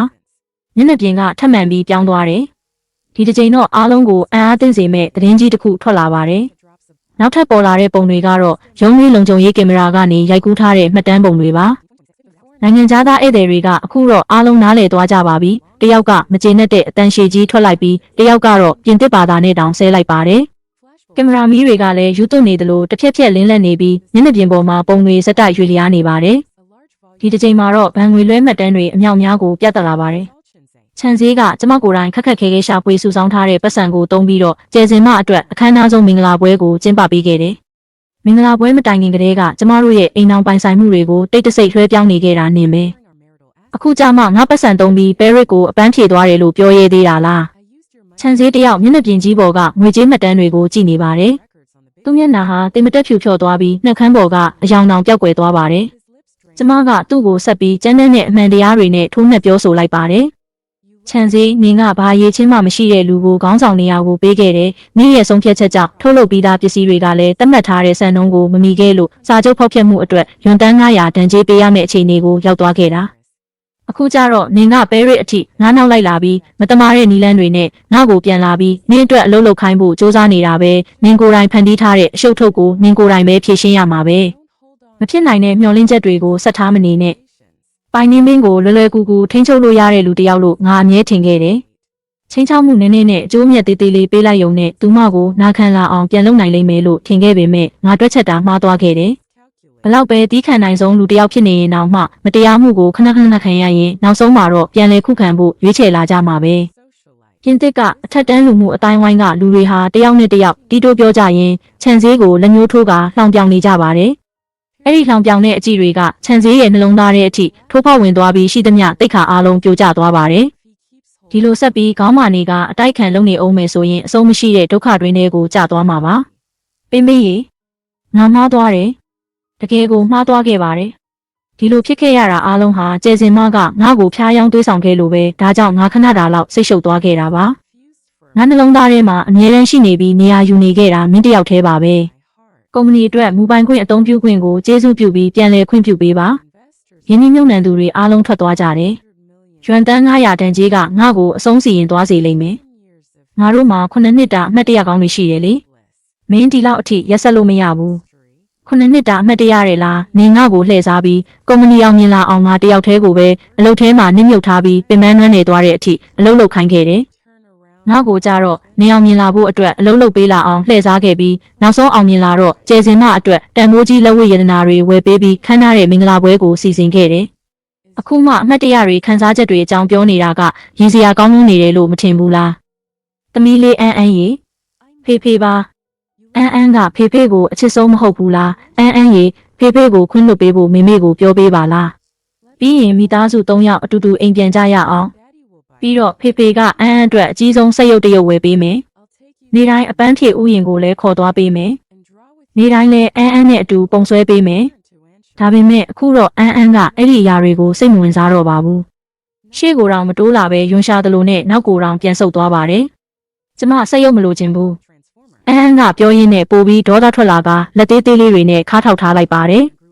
ဘာသာပြန်နှက်ချက်တက်ထားတဲ့နိုင်ငံခြားသတင်းထောက်ကအဖြစ်အပျက်တစ်ခုလုံးကိုကြားလိုက်ရကပွဲခန်းမတစ်ခုလုံးစူညံပွက်လောရိုက်သွားပါတယ်။ကိုယ့်ရဲ့သမီးလေးကိုယ်တိုင်တော်မှဖခင်အဖြစ်မတတ်မှတ်တော့တာပဲ။မင်းရဲ့အချင်းစရိုက်ကတကယ်ကိုအနှိမ်ဆုံးအဆင့်ကိုရောက်နေပြီ။ဘသူမှနင်ပြောတာတွေကိုမကြားဘူးလို့ထင်ခဲ့တယ်မဟုတ်ဘူးလား။ခြံစည်းနင်ရဲ့9နှစ်အရွယ်သမီးလေးကနင်လုပ်ခဲ့တဲ့အရာအလုံးကိုမှတ်မိနေတယ်။ဒါကနင်အမြဲတမ်းကြောလုံးထုတ်နေတဲ့နှဆိုင်နဲ့ချစ်ချင်းမြတ်တာဆိုတာပဲလား။ကျမကခြံစည်းရဲ့ဒီဒိတ်ပဲမရှိတဲ့ပြက်လုံးကြီးကိုအေးအေးဆေးဆေးကြည့်နေခဲ့ပါတယ်။ခြံစည်းနေငါကိုလှည့်စားပြီးပတ်စံနဲ့အဆက်ခွဲခဲ့တဲ့နေ့ကစပြီးငါတို့နှစ်ယောက်ကြားမှာဘာပတ်သက်မှုမှမကြံတော့ဘူး။တရုတ်နိုင်ငံကကျမရဲ့ရှေ့နေတွေကတရားရုံးမှာအမှုကိုတရားဝင်တင်သွင်းပြီးနင်တိတ်တဆိတ်လွှဲပြောင်းထားတဲ့အိမ်အောင်ပိုင်ဆိုင်မှုတွေကိုအတိုးနဲ့အတူပြန်ပေးရမယ်။ကျမအချက်ပြလိုက်တာနဲ့လုံခြုံရေးဝန်ထမ်းတွေကပွဲခန်းမတွေကိုအမြန်ဝင်လာကြပါတယ်။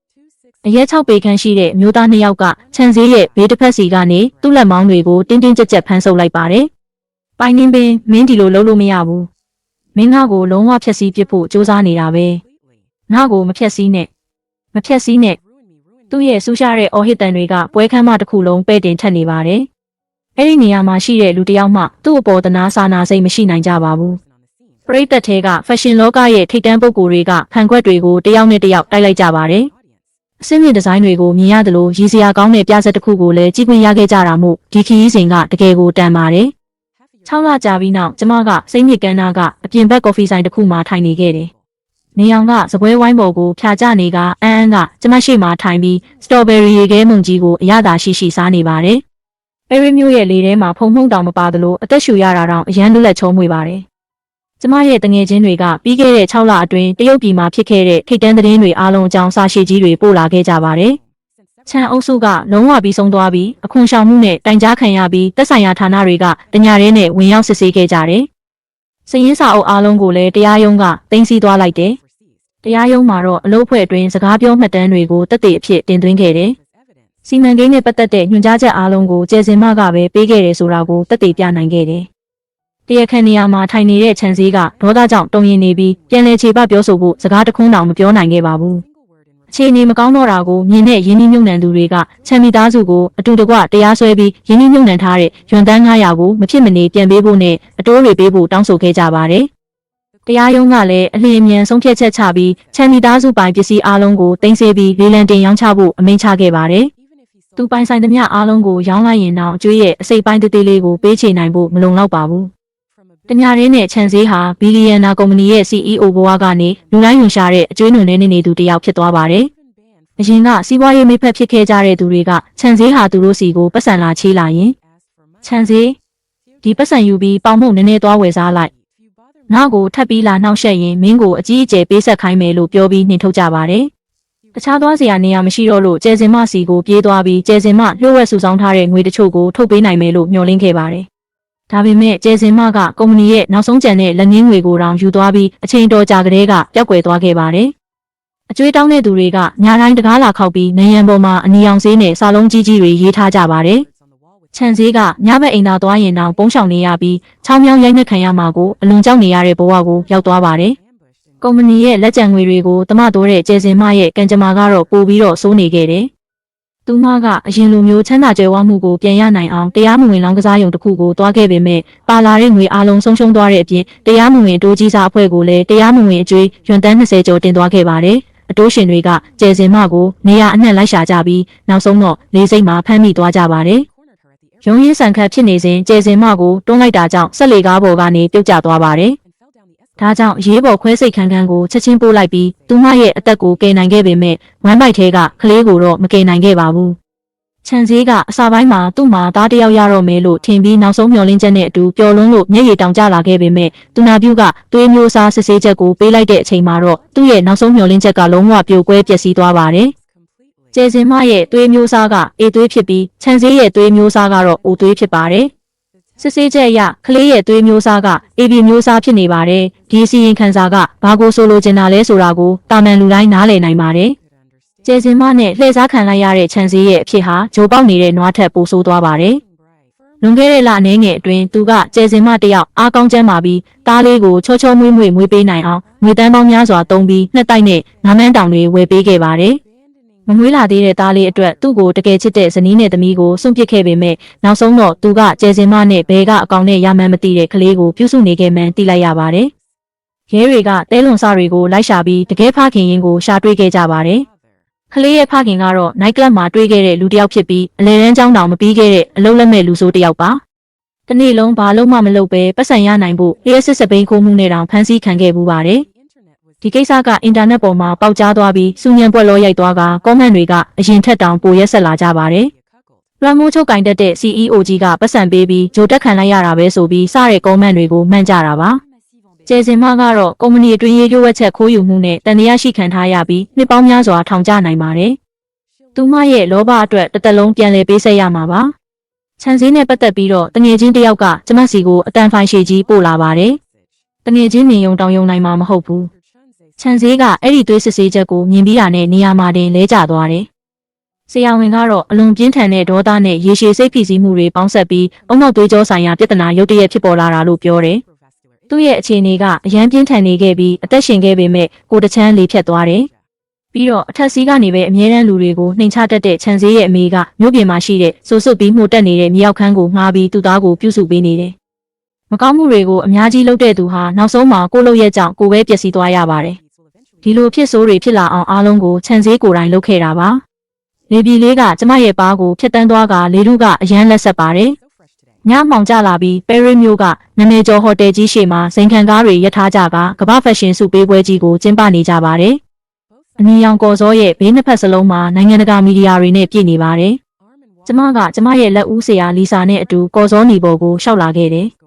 စုပေးပွဲကနောက်ဆုံးအဆင့်ကိုရောက်လာခဲ့ပြီးအဲ့ဒါကဒီညရဲ့အရေးကြီးဆုံးစုဖြစ်ပါတယ်ဒီနေ့ရဲ့ကမ္ဘာဩဇာအရှိဆုံးဒီဇိုင်နာစုကို TK ကုမ္ပဏီကပိုင်နှင်းပေးရရှိသွားပါတယ်လို့ကြေညာလိုက်တာနဲ့လူတိုင်းရဲ့အကြည့်အောက်မှာကျမထားလိုက်ပါတယ်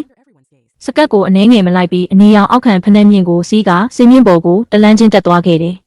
ဒါဟာကျမ6နှစ်ကြာတိတ်တဆိတ်နေခဲ့ရမှုကိုကိုစားပြုသလိုကျမရဲ့ပြန်လည်မွေးဖွားခြင်းကိုလည်းကိုစားပြုပါတယ်ဒီလိုအချိန်မှာထိတ်ဆုံးကိုရောက်လာတဲ့ပိုင်နှင်းပေးရဲ့အတွေ့အကြုံနဲ့ပတ်သက်ပြီးလူတိုင်းရမ်းသိကျင်နေကြပါတယ်ကဘာတဝန်းကအမျိုးသမီးတွေအတွက်ပြောချင်တာတစ်ခုခုရှိပါသလားပရိသတ်ထဲကမျက်လုံးရာနဲ့ချီကကျမကိုစိုက်ကြည့်နေကြတယ်ကျမကရွှေရောင်စုဖလားကိုကင်ထားပြီးရှေ့တက်တဲ့ကကင်မရာကိုကြည့်လိုက်တယ်ကြိုတင်ပြီးမိန့်ခွန်းပြင်ဆင်ထားတာမျိုးမရှိပါဘူးဒါကြောင့်ကျမရဲ့ရင်ထဲကလာတဲ့အတိုင်းပဲပြောလိုက်ပါတယ်အမိုက်ပုံထဲမှာအချစ်ကိုမရှာပါနဲ့တန်ဖိုးမရှိတဲ့လူတစ်ယောက်အတွက်လေကားထစ်တစ်ခုဖြစ်ပေးနိုင်ဖို့ကိုယ့်ရဲ့တောင်ပန်တွေကိုမချိုးပစ်လိုက်ပါနဲ့အိမ်မွေးတိရစ္ဆာန်တကောင်လိုလှောင်အိမ်ထဲမှာပိတ်လောင်ခံထားရပြီးသခင်ကတခုခုများပေးလာမလားလို့အမြဲတမ်းမျှော်လင့်နေမဲ့အစားကောင်းကင်မှာလွတ်လပ်စွာပြန်တန်းနေတဲ့လင်းယုံတကောင်ဖြစ်တာကပိုကောင်းပါတယ်ကျမစကားပြောပြီးသွားတာနဲ့ခဏတာတိတ်ဆိတ်သွားပြီးနောက်ပွဲခန်းမတစ်ခုလုံးကနာကွဲမတက်အားပေးတံတွေနဲ့ပောက်ကွဲသွားပါတယ်ကျမကညာဘက်လက်ထဲကရွှေဖလားကိုမြှောက်ပြီးအောက်မှာရှိတဲ့ဧည့်သည်တွေကိုဝေယမ်းပြလိုက်တယ်မီးအောင်ကကျမရဲ့ညာဘက်လက်ပေါ်ကိုတိတိကျကျထိုးကျလာပြီးလက်သူကျဲမှာဝတ်ထားတဲ့လက်စွပ်ကိုတောက်ပစွာဖော်ပြပေးနေပါတယ်ဒီလိုရှားပါပြီးတန်ဖိုးမဖြစ်နိုင်တဲ့ပန်းရောင်စိန်လက်စွပ်ကိုလွန်ခဲ့တဲ့2ရက်လောက်ကပဲလေလံပွဲမှာကျမကိုယ်တိုင်ဝယ်ခဲ့တာပါကျမရဲ့6လစာလောက်ကုန်ကျခဲ့တယ်ဈေးကြီးပေမဲ့ကျမအပြည့်အဝတက်နိုင်ပါတယ်ယောက်ျားတစ်ယောက်ကအလှူတန်းလိုမျိုးပေးကမ်းစွန့်ကြဲလာတဲ့လက်ဆောင်တွေကိုကျမမလိုအပ်ပါဘူးအကောင်းဆုံးဆိုတာတွေကိုကျမကိုယ်တိုင်ဖန်တီးယူနိုင်ပါတယ်ဒီနေရာကကျမနဲ့တကယ်သက်ဆိုင်တဲ့နေရာပဲတစ်ချိန်ကကျမကိုရွှွနွန်ထဲမှာနင်းမြုပ်အောင်လုပ်ခဲ့တဲ့အမိုက်တွေကတော့ရင်းနှီးစိုးနဲ့အတူလွင့်ပါသွားပြီးကျမရဲ့ကဘာထဲကနေထာဝရပြောက်ကွယ်သွားပါပြီရှေ့ဆက်သွားရမယ့်လမ်းကကျယ်ပြန့်ပြီးရှင်းလင်းပြတ်သားနေပါတယ်ပိုင်နှင်းပင်လွှမ်းမှုရမယ့်ခေတ်ကအခုမှစတင်တာပါ